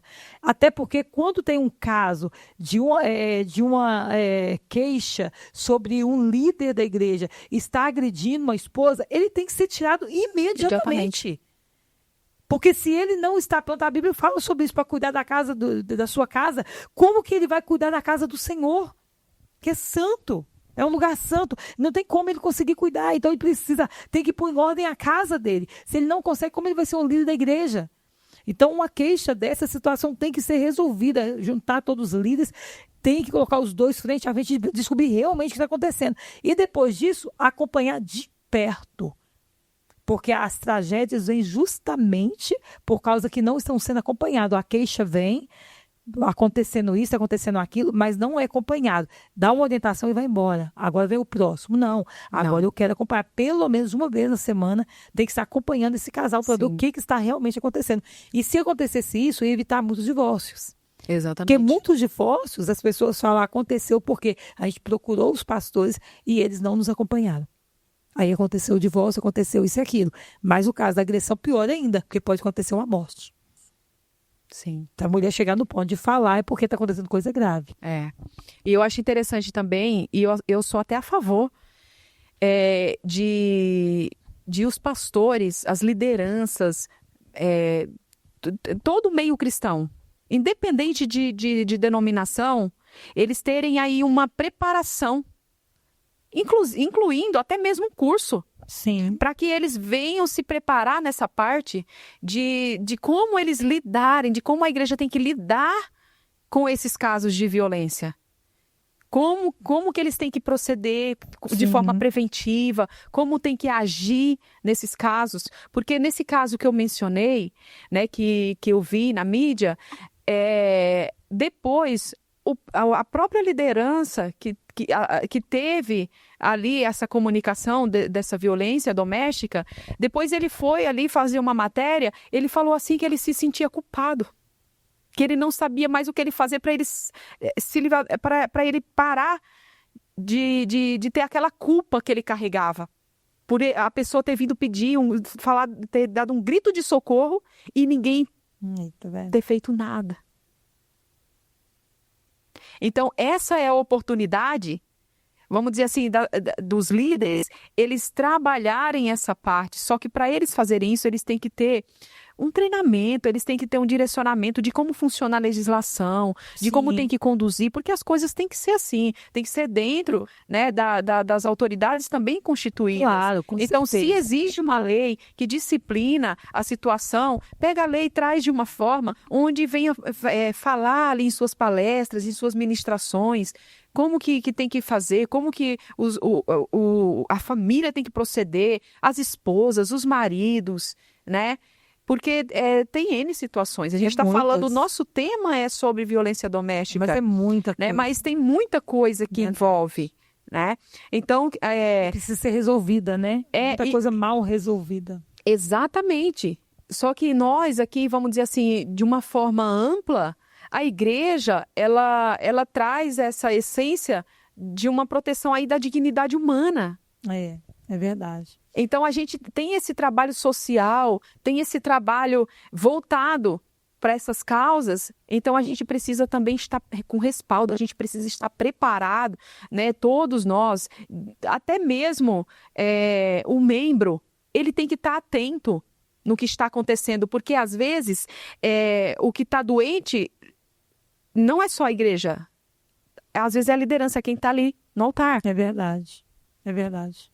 Às vezes a pessoa não tem como sair daquela situação de alguma forma. Então eles também precisam de ajuda. Eles precisam de suporte. Né? Então, vamos dizer assim, não só os membros, não só ali, vamos dizer assim, a liderança, todos precisam de ajuda, de direcionamento, de como agir em determinadas situações. Né? A gente não precisa deixar chegar aos temas, né, que ficam aí na mídia, de que as autoridades estão discutindo leis de como proceder dentro da igreja. Não teria essa necessidade. Verdade. Se a gente se posicionasse e fizesse o que tem que ser feito. Justamente. Se ao invés de Igreja colocar alguém... igreja. Exatamente. Se a gente estiver fazendo o nosso trabalho de analisar quem está cuidando do grupo das mulheres, quem está cuidando do grupo das crianças, dos jovens, quem está ali no altar ministrando a palavra, se a gente tivesse essa visão e pedir a Deus, e se a gente pedisse a Deus sabedoria, muitas coisas poderiam ser evitadas. Muitos divórcios seriam evitados. Muitas violências seriam evitadas. Com certeza. Ai, mas doutora Neide, tem gente que é narcisista, que é psicopata. Sim, mas essas pessoas são, algumas, não são todas. Então a gente tem que fazer a nossa parte e alcançar o máximo que a gente conseguir. Sim. Alguns a gente, infelizmente, não vai conseguir alcançar, mas o que a gente conseguir trazer, essa informação, essa orientação, essa prevenção, né, essa medida preventiva antes de acontecer algo, isso vai ser fantástico, isso vai ser uma atuação efetiva realmente da igreja nessa causa de violência doméstica. E acontece muito nas igrejas, não era para acontecer, né, doutora? Mas tem muita causa que a pessoa chega e fala, o marido que fez isso com ela era pastor, ou o marido que fez isso com ela era cristão, e isso acaba afetando, né, o lado cristão, né, a igreja, machuca a igreja, porque um caso desse fere a igreja toda. Aí a pessoa que está ali na igreja que não tem uma estrutura, ela já até sai da igreja. Por causa de uma situação dessa. Então, para você ver como que tem que ser tratado, tem que cuidar pela raiz. Teve a queixa, vai resolver, vai acompanhar esse homem de perto. Olha, esse homem aqui da igreja, ele está fazendo isso, a esposa, alguém foi lá e falou, a própria esposa falou, e está cada vez pior. Tem que resolver. Eu ouvi um relato também, onde a esposa estava sendo vítima. Ela era uma irmã, era cristã, e ela estava lá indo para a igreja e sofrendo a violência doméstica. E chegou um momento que ela não aguentou mais. Ela chegou até a liderança dela, o pastor dela, e relatou o que estava acontecendo. E a liderança dela foi até o marido, a família, sentou frente a frente com o marido e falou: a partir de hoje, acabou. Se eu souber que você encostou um dedo nela, você vai para a cadeia. E eu vou ser testemunho dela. Aí posicionou, né? Então, a liderança ela tem que ser assim. Isso, posicionamento. Ela vai orar. Ela vai te dar uma chance. Não Olha é só. Ela vai te dar uma chance, ela vai orar. E nós vamos orar e vamos ajudar vocês. Mas vai ter gente aqui que vai ficar monitorando. E a gente também vai estar aqui. E se a gente souber, se a igreja souber que você cometeu qualquer ato de violência contra ela, nós vamos ser os primeiros a te denunciar. Aí, tá vendo? Aí é um posicionamento. Sabe o que ela falou na reportagem? Que nunca mais ele tinha relado um dedo e nunca mais ele tinha cometido mais o que cometia com ela. Olha. Parou de humilhar. Então, tem casos que vão ser solucionados. Esse foi um isso. exemplo. Tem que ter atitude. Tem alguns que, infelizmente, Não tem como não vai ter entrar. jeito. Aí é só intervenção Aí de é Deus só mesmo. intervenção, é só acontecendo o que aconteceu no teu caso. Aí às vezes o Deus tem que levar. É só o Deus salário ser a morte, não vai ter aí outro tem a meio. pessoa colher, né? O que ela plantou.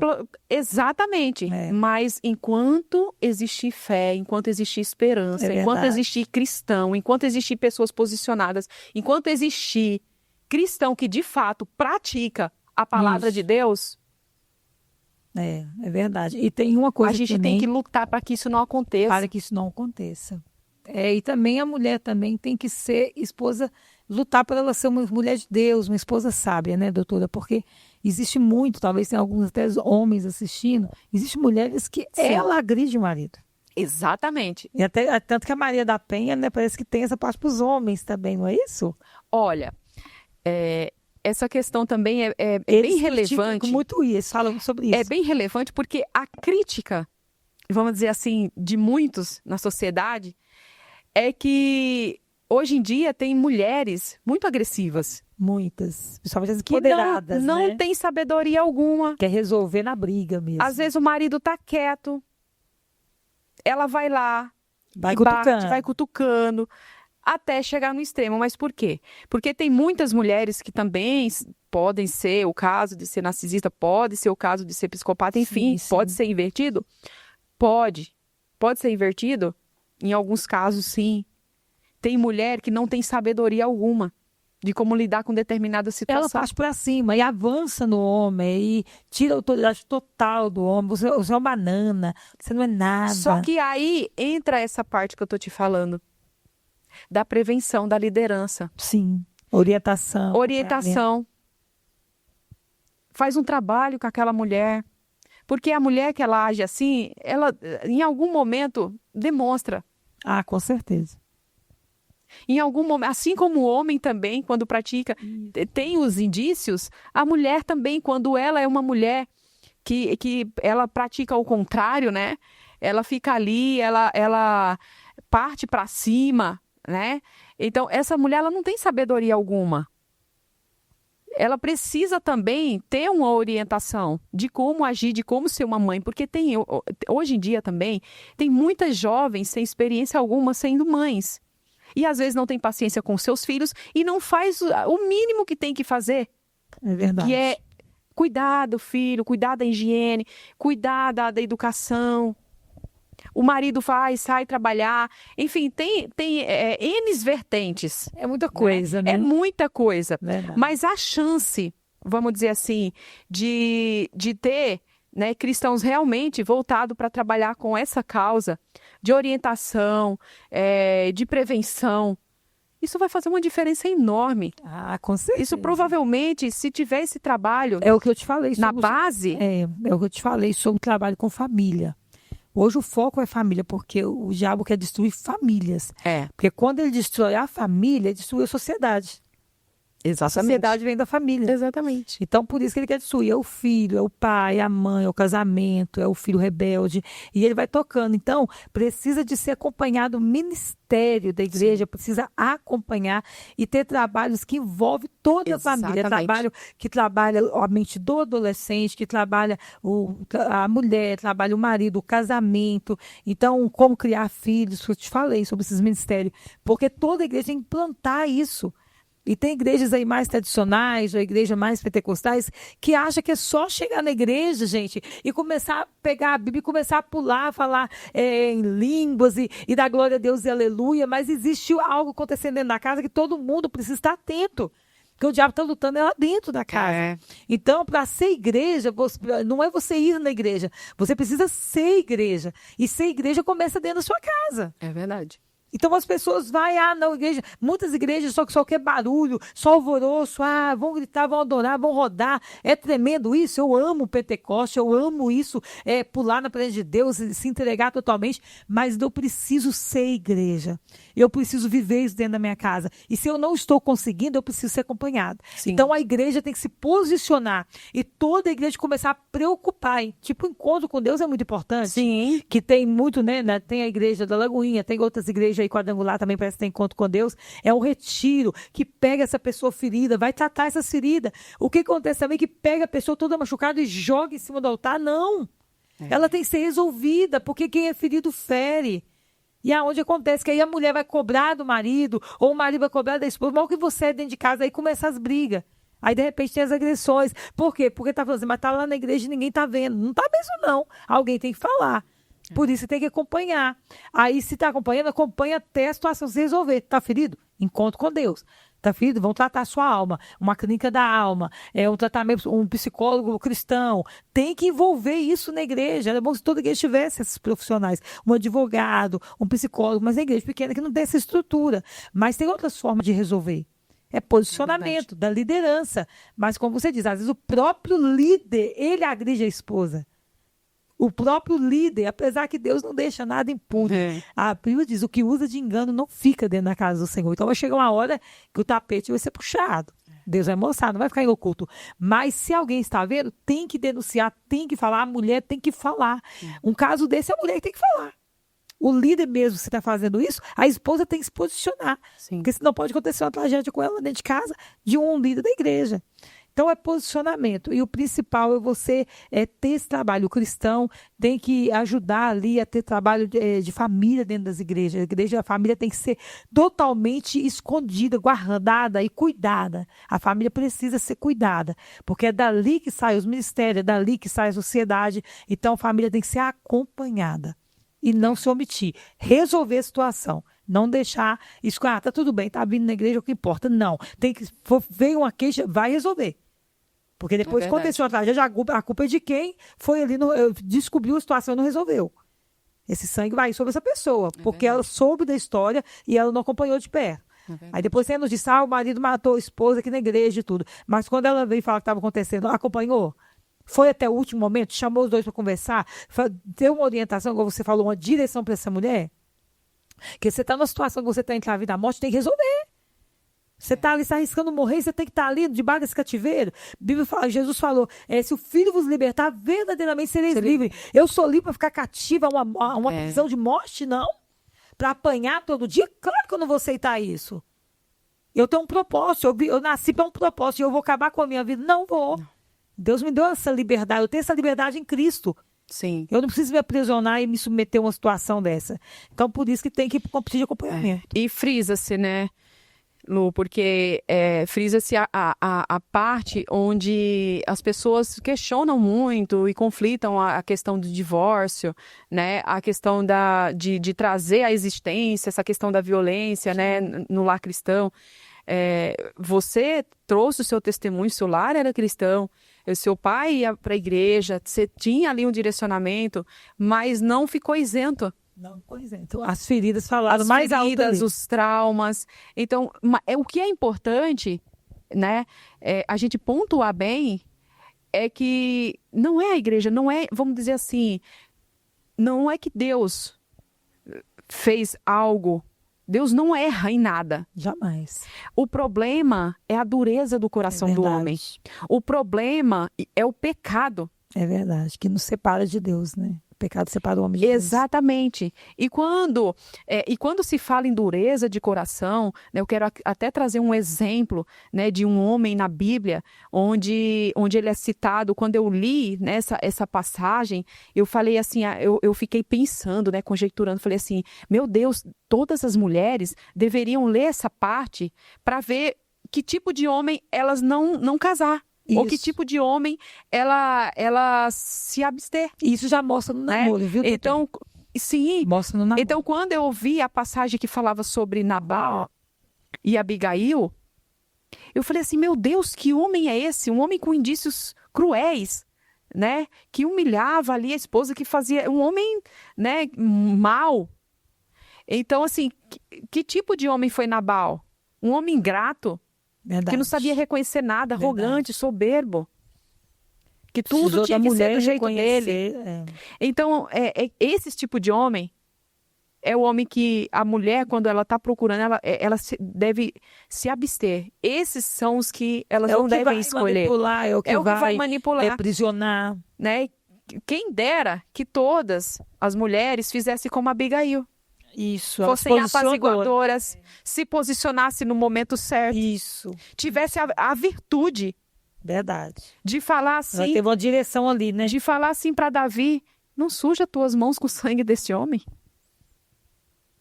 Não vale a pena. Não vale a pena.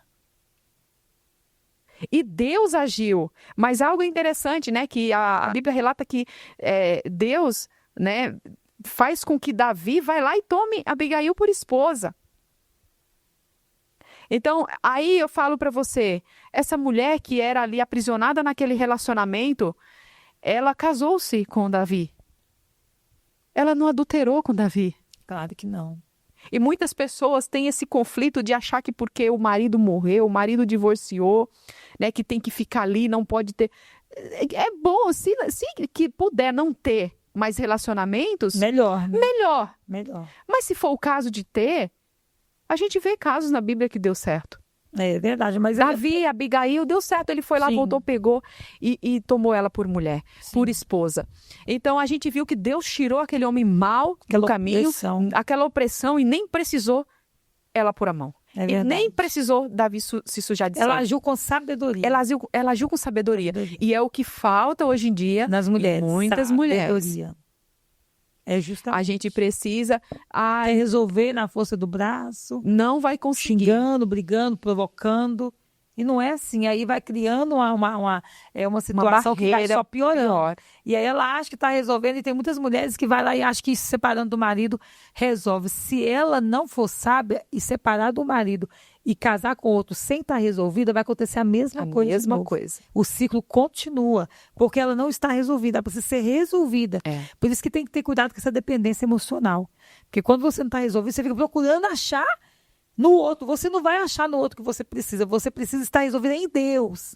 Você precisa se encontrar em Deus para que Deus não... Porque Deus não une pessoas, ele une propósito. Aí ele vai unir você com um propósito que você tem. Então você tem resolvido com Deus, quem você é. Exatamente. Aí o que é? Buscar em primeiro lugar o reino de Deus, sua justiça e todas as outras coisas serão acrescentadas. Se você está resolvido em Deus, ele sabe o que você precisa. Agora, você tentar procurar essa solução em pessoas, você vai se ferir e vai ter que continuar com muitos e nunca vai achar essa E solução. nunca vai achar. Até porque ninguém muda E ninguém. um abismo vai chamar o Vai outro. chamar o Não outro. resolver um problema, vai vir outro, que vai vir outro. Vai sempre pior. E vai ser sempre Porque pior. a ferida vai abrindo cada vez mais. né? Exatamente. Ferida aberta, ela não vai fechar. A aberta, a tendência é abrir mais. Por isso que a ferida tem que ser tratada. Eu, por exemplo, eu fui casar com esse homem ferida com o meu pai. Então, eu tentei encontrar nesse homem quando eu encontrei no meu pai como homem. Porque meu pai era pai, Sim. mas é a figura de homem na minha vida. Então, eu pensei, se essa figura de homem está me maltratando, eu preciso achar um homem que me ame de verdade. Porque a filha já olha isso no pai. Como que é a figura homem na vida dela. E o filho olha isso na mãe. Por isso que, às vezes, o filho vai cobrar da mulher o que ele não vê na mãe. E não resolve.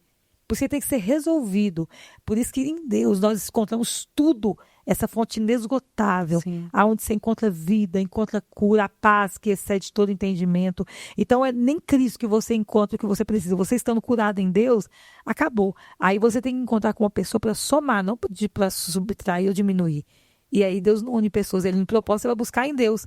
Outra coisa que é muito sério falar aqui, quando você está namorando, que o cara começa a falar assim, se você não tiver relação comigo antes do casamento, eu não fico com você. A manipulação já começou aí. Já. Porque você sabe que ele está contra a palavra. Que a palavra você precisa esperar o casamento. Porque Sim. para Deus, sexo é casamento. Aí ele já começa a te manipular. Você precisa ficar comigo. Você tem que ficar comigo, senão eu não vou arrumar outra. Aí a mulher, para não perder, ela acaba se submetendo. Agora, se você deixou de honrar a Deus para honrar essa pessoa antes do casamento, você acha que depois do casamento você vai continuar honrando a Deus? Ou você acha que essa pessoa vai te respeitar depois do casamento se ela fez com que você desonrasse a Deus? Então, cuidado, É forte mulher. isso. Cuidado. A pessoa começou a te manipular. Não negocie a sua fé. É verdade. Não vale a pena. A salvação nessa terra ela é única. Você perdeu a salvação, acabou. Se você morrer aqui sem a salvação, acabou. Não tem outra. Deus te deu essa vida para viver. Então, se você tem que negociar o seu chamado, abrir mão de ministério, abrir mão do seu compromisso com Deus para satisfazer um homem que não te respeitou antes do casamento, ele não vai te respeitar depois do casamento e você vai perder o seu propósito por causa dele. Sim. E depois, se você encontrar de novo, é muito difícil. Você vai ter que passar pela moinha mesmo de Deus e ser tratada de novo, ir para o caso do oleiro, para Deus te fazer novamente, para você se encontrar em Deus. E perde a pessoa e ainda perde seu propósito. É. Porque Deus ama a família, né? Com certeza. Deus ama a união. Deus ama essa instituição família. É então verdade. Deus não É vai projeto, permitir, é projeto de Deus. Deus não vai permitir que situações destruam o propósito dele. Manipulações, né? Não vai permitir isso. Exatamente, e por isso que nós, enquanto cristãos, a gente tem que trazer temas como esse para dizer, verdade. olha, despertar as pessoas para dizer, olha, a gente precisa melhorar, a gente precisa auxiliar, a gente precisa trazer a igreja, né, trazer os cristãos para reflexão. Sei que são temas que conflitam entre si, mas é necessário que a gente venha tratá-lo. A gente venha trazendo conceitos que realmente vai fazer mudar essa visão. Verdade. De que um tem que sacrificar, um tem que estar ali passando por uma determinada situação em favor do outro. Não, a família é união, a família é um conjunto, a família é uma aliança. Verdade. Então, todos têm que estar num só propósito. É um propósito, Deus não une pessoa, ele une propósito. Exatamente. Então, quando a igreja traz esse apoio, essa escuta para essas famílias, Deus se agrada demais disso, porque a gente vai conseguir ajudar pessoas que e muitas vezes não têm visão, não tem visão, voz. não tem voz. Não pode falar nada, né? Então, trabalhos, né, projetos como o seu, é lindo. Eu estava vendo aqui os materiais, né? O Bom Dia Espírito Santo, esse devocional lindo. Maravilhoso. Eu creio que Deus vai abençoar a minha vida. Glória! Olha Deus fazendo. Que coisa linda é essa, Lu? Lindo demais, né? Isso aqui é realmente você descobrir quem você é em Deus. Porque enquanto eu estava sendo cativa, as mentiras que eu ouvi, você não é ninguém, você não é nada, você não vai conseguir, ouvindo isso de tantas pessoas, eu fui me aprisionando nessa situação. Mas quando eu comecei, doutora, a buscar no secreto e descobrir a minha verdadeira identidade, que os meus dias foram escritos por ele, aonde está em Salmo 139, foi aonde eu comecei a me desenvolver espiritualmente, o meu ministério. Glória a Deus. E quando você começa a viver propósito, o Senhor sempre te surpreende. Porque Deus é o maior que quer ver o seu sucesso nessa terra, é o seu Criador. É verdade. Então, por isso que em Romanos 12, 2 diz, transformai-vos pela renovação da vossa mente. Então, precisa acontecer uma metanoia.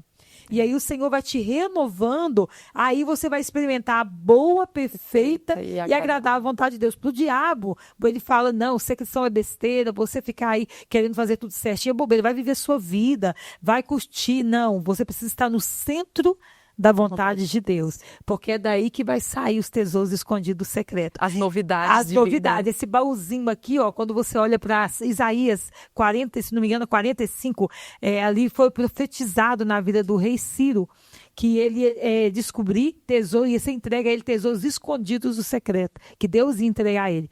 E dar-te-ei tesouros escondidos do secreto. Então, o que é esse tesouro escondido do secreto? É o que Deus já tem para nós. O que já foi liberado desde a morte de Jesus. As bênçãos já foram liberadas. Glória. Agora é eu e você que tem que encontrar elas. Aonde você vai encontrar? É conhecendo o seu pai, quem você é nele, e buscando nessa fonte inesgotável. Aí o Senhor vai se revelando a você. E aí veio o baú profético. Glória a Aí Deus. esse baú aqui, o Senhor me deu a direção, nós vamos contar esse testemunho depois, vamos saber detalhadamente. E aqui você coloca os seus pedidos de oração. Aqui dentro, e põe no seu secreto os seus sonhos. E para Deus melhorar a situação, Ele ainda me deu a direção das agendas do Bom Dia Espírito Santo. Aonde tem um lugar aqui que você vai escrever Lindas. os seus projetos. É a Agenda 2026. E Deus deu o livro. Doutor, eu tinha 70 centavos na conta. Meu Deus. Quando eu comecei a fazer esse livro, o Senhor me tirou do trabalho de CLT e falou, vai pro secreto, vai lá que eu vou te dar o nome do propósito. Aí Ele me deu o nome do propósito. Glória. Da intimidade ao sobrenatural. Então, ou seja, eu falei, pai, mas o Senhor me tirou do secreto, do trabalho, e agora eu vou ficar no secreto e aqui gravando o Bom Dia Espírito Santo e as coisas faltando dentro da minha casa, e é isso que eu vou fazer? Ele falou, sim, cada página de tudo que eu provei na sua vida, eu vou te mostrar o Deus que eu sou na sua vida. Eu vou prover e cada página da provisão vai ser uma página do seu livro. Glória a Deus. Deus ia Aleluia. provendo pão diário. Ele não deu grande proporção no começo, não. Ele foi me mantendo no pão diário para provar a minha fé e me ensinou a dependência. E daí, quando eu penso que não estava pronto o livro Bom Dia Espírito Santo, 400 páginas, 2026. Coisa linda, Jesus. Nasceu no secreto. Lucimar, e como que você, desempregada, teve condições de pagar isso? Eu não tive. Mas aí, quando terminou de fazer essas páginas, eu obedeci. O que está escrito no Salmo 126? Aquele que vai plantando a semente chorando, voltará colhendo os feixes. Olha os feixes, tudo aqui. Glória Porque a eu fui Deus. andando, obedecendo e chorando. Andando, obedecendo e chorando. Aí eu voltei com os feixes. Porque o choro, ele dura uma noite. Mas a alegria veio pela manhã. E aí o Senhor me trouxe essa alegria. Eu obedeci o Senhor e falou, olha, você fez o papel de filha. Você fez. Eu falei, e agora para pagar? Só esse aqui ficou quase 10 mil reais. Eu nem nunca vi isso na minha conta. E agora para pagar? Ele falou, o papel de filho é obedecer. O papel de pai é prover. Agora eu Glória vou a mostrar que eu Deus. sou seu pai. E quando eu penso que não, uma conta de 70 centavos, eu olho na conta, Deus, depois de um dia, eu no secreto, vai pro secreto que eu vou te mostrar. Porque é da intimidade ao sobrenatural. Agora eu vou fazer sobrenatural. Quando eu penso que não, olho na minha conta, doutora. Estava lá o dinheiro todo para pagar o livro. Aleluia. Mas e aí, Lucimar, de onde saiu? De um banco. Um banco que eu estava devendo empréstimo para ele. Que eu fazia empréstimo demais, eu ainda devo esse banco empréstimo. Você imagina o banco depositar o dinheiro só quando você devendo empréstimo para ele. O banco depositou o dinheiro que eu precisava para o meu projeto, mais um pouquinho ainda do valor do livro. E aí, naquele momento ali, eu vi a agir de Deus, e o banco não sabe explicar de onde veio o dinheiro. Aleluia. A gente sabe de onde veio. Só que tem um detalhe, o banco também não Glória. quis saber, ele só falou, está na sua conta mais alguma coisa, senhora? Mas e aí, esse valor que você tem na sua conta mais alguma coisa? Ou seja, nem questionar o banco conseguiu. Porque quando Deus faz, só Ele entende. Milagre não se explica, milagre é milagre. Você escolhe obedecer. Aí o Senhor te honra, porque Ele não é o filho do homem, o homem para que minta, e nem o filho do homem para que se arrependa. Operando Ele, ninguém impedirá. Aleluia. Glória a Ele Deus. entrando na peleja, ele vai guerrear. Mas você tem que estar no lugar que ele te colocou. É a dependência. Eu chorei, fui humilhada. Às vezes estava fazendo um bom dia Espírito Santo e assim gritando lá de baixo. Sua luz foi cortada. Aí o diabo, que vergonha, hein? Você tá ao vivo e sua luz sendo cortada. Aí de repente você vai terminar a live e o arroz. Acabou o arroz. Vai pagar com o quê? Deus usava das pessoas da live para depositar na minha conta. Falava, irmã, acabou a live que Deus mandou te mandar 100. O outro, irmã, Deus mandou mandar 50. Irmã, Deus mandou dar 200. Todos os dias o Senhor foi provendo. Até chegar aqui agora, eu estou aqui com a linha Bom Dia Espírito Santo, que vai transformar tantas vidas. Como Ele é o rei e Ele é o provedor, agora eu ensino as mulheres a tomar café todos os dias com o rei na Glória a mesa. Deus. Chamar o rei para a mesa, porque quando o rei senta na mesa, tem bênção. Ele não senta à toa, não. E o que Jesus disse? Eis que estou o quê?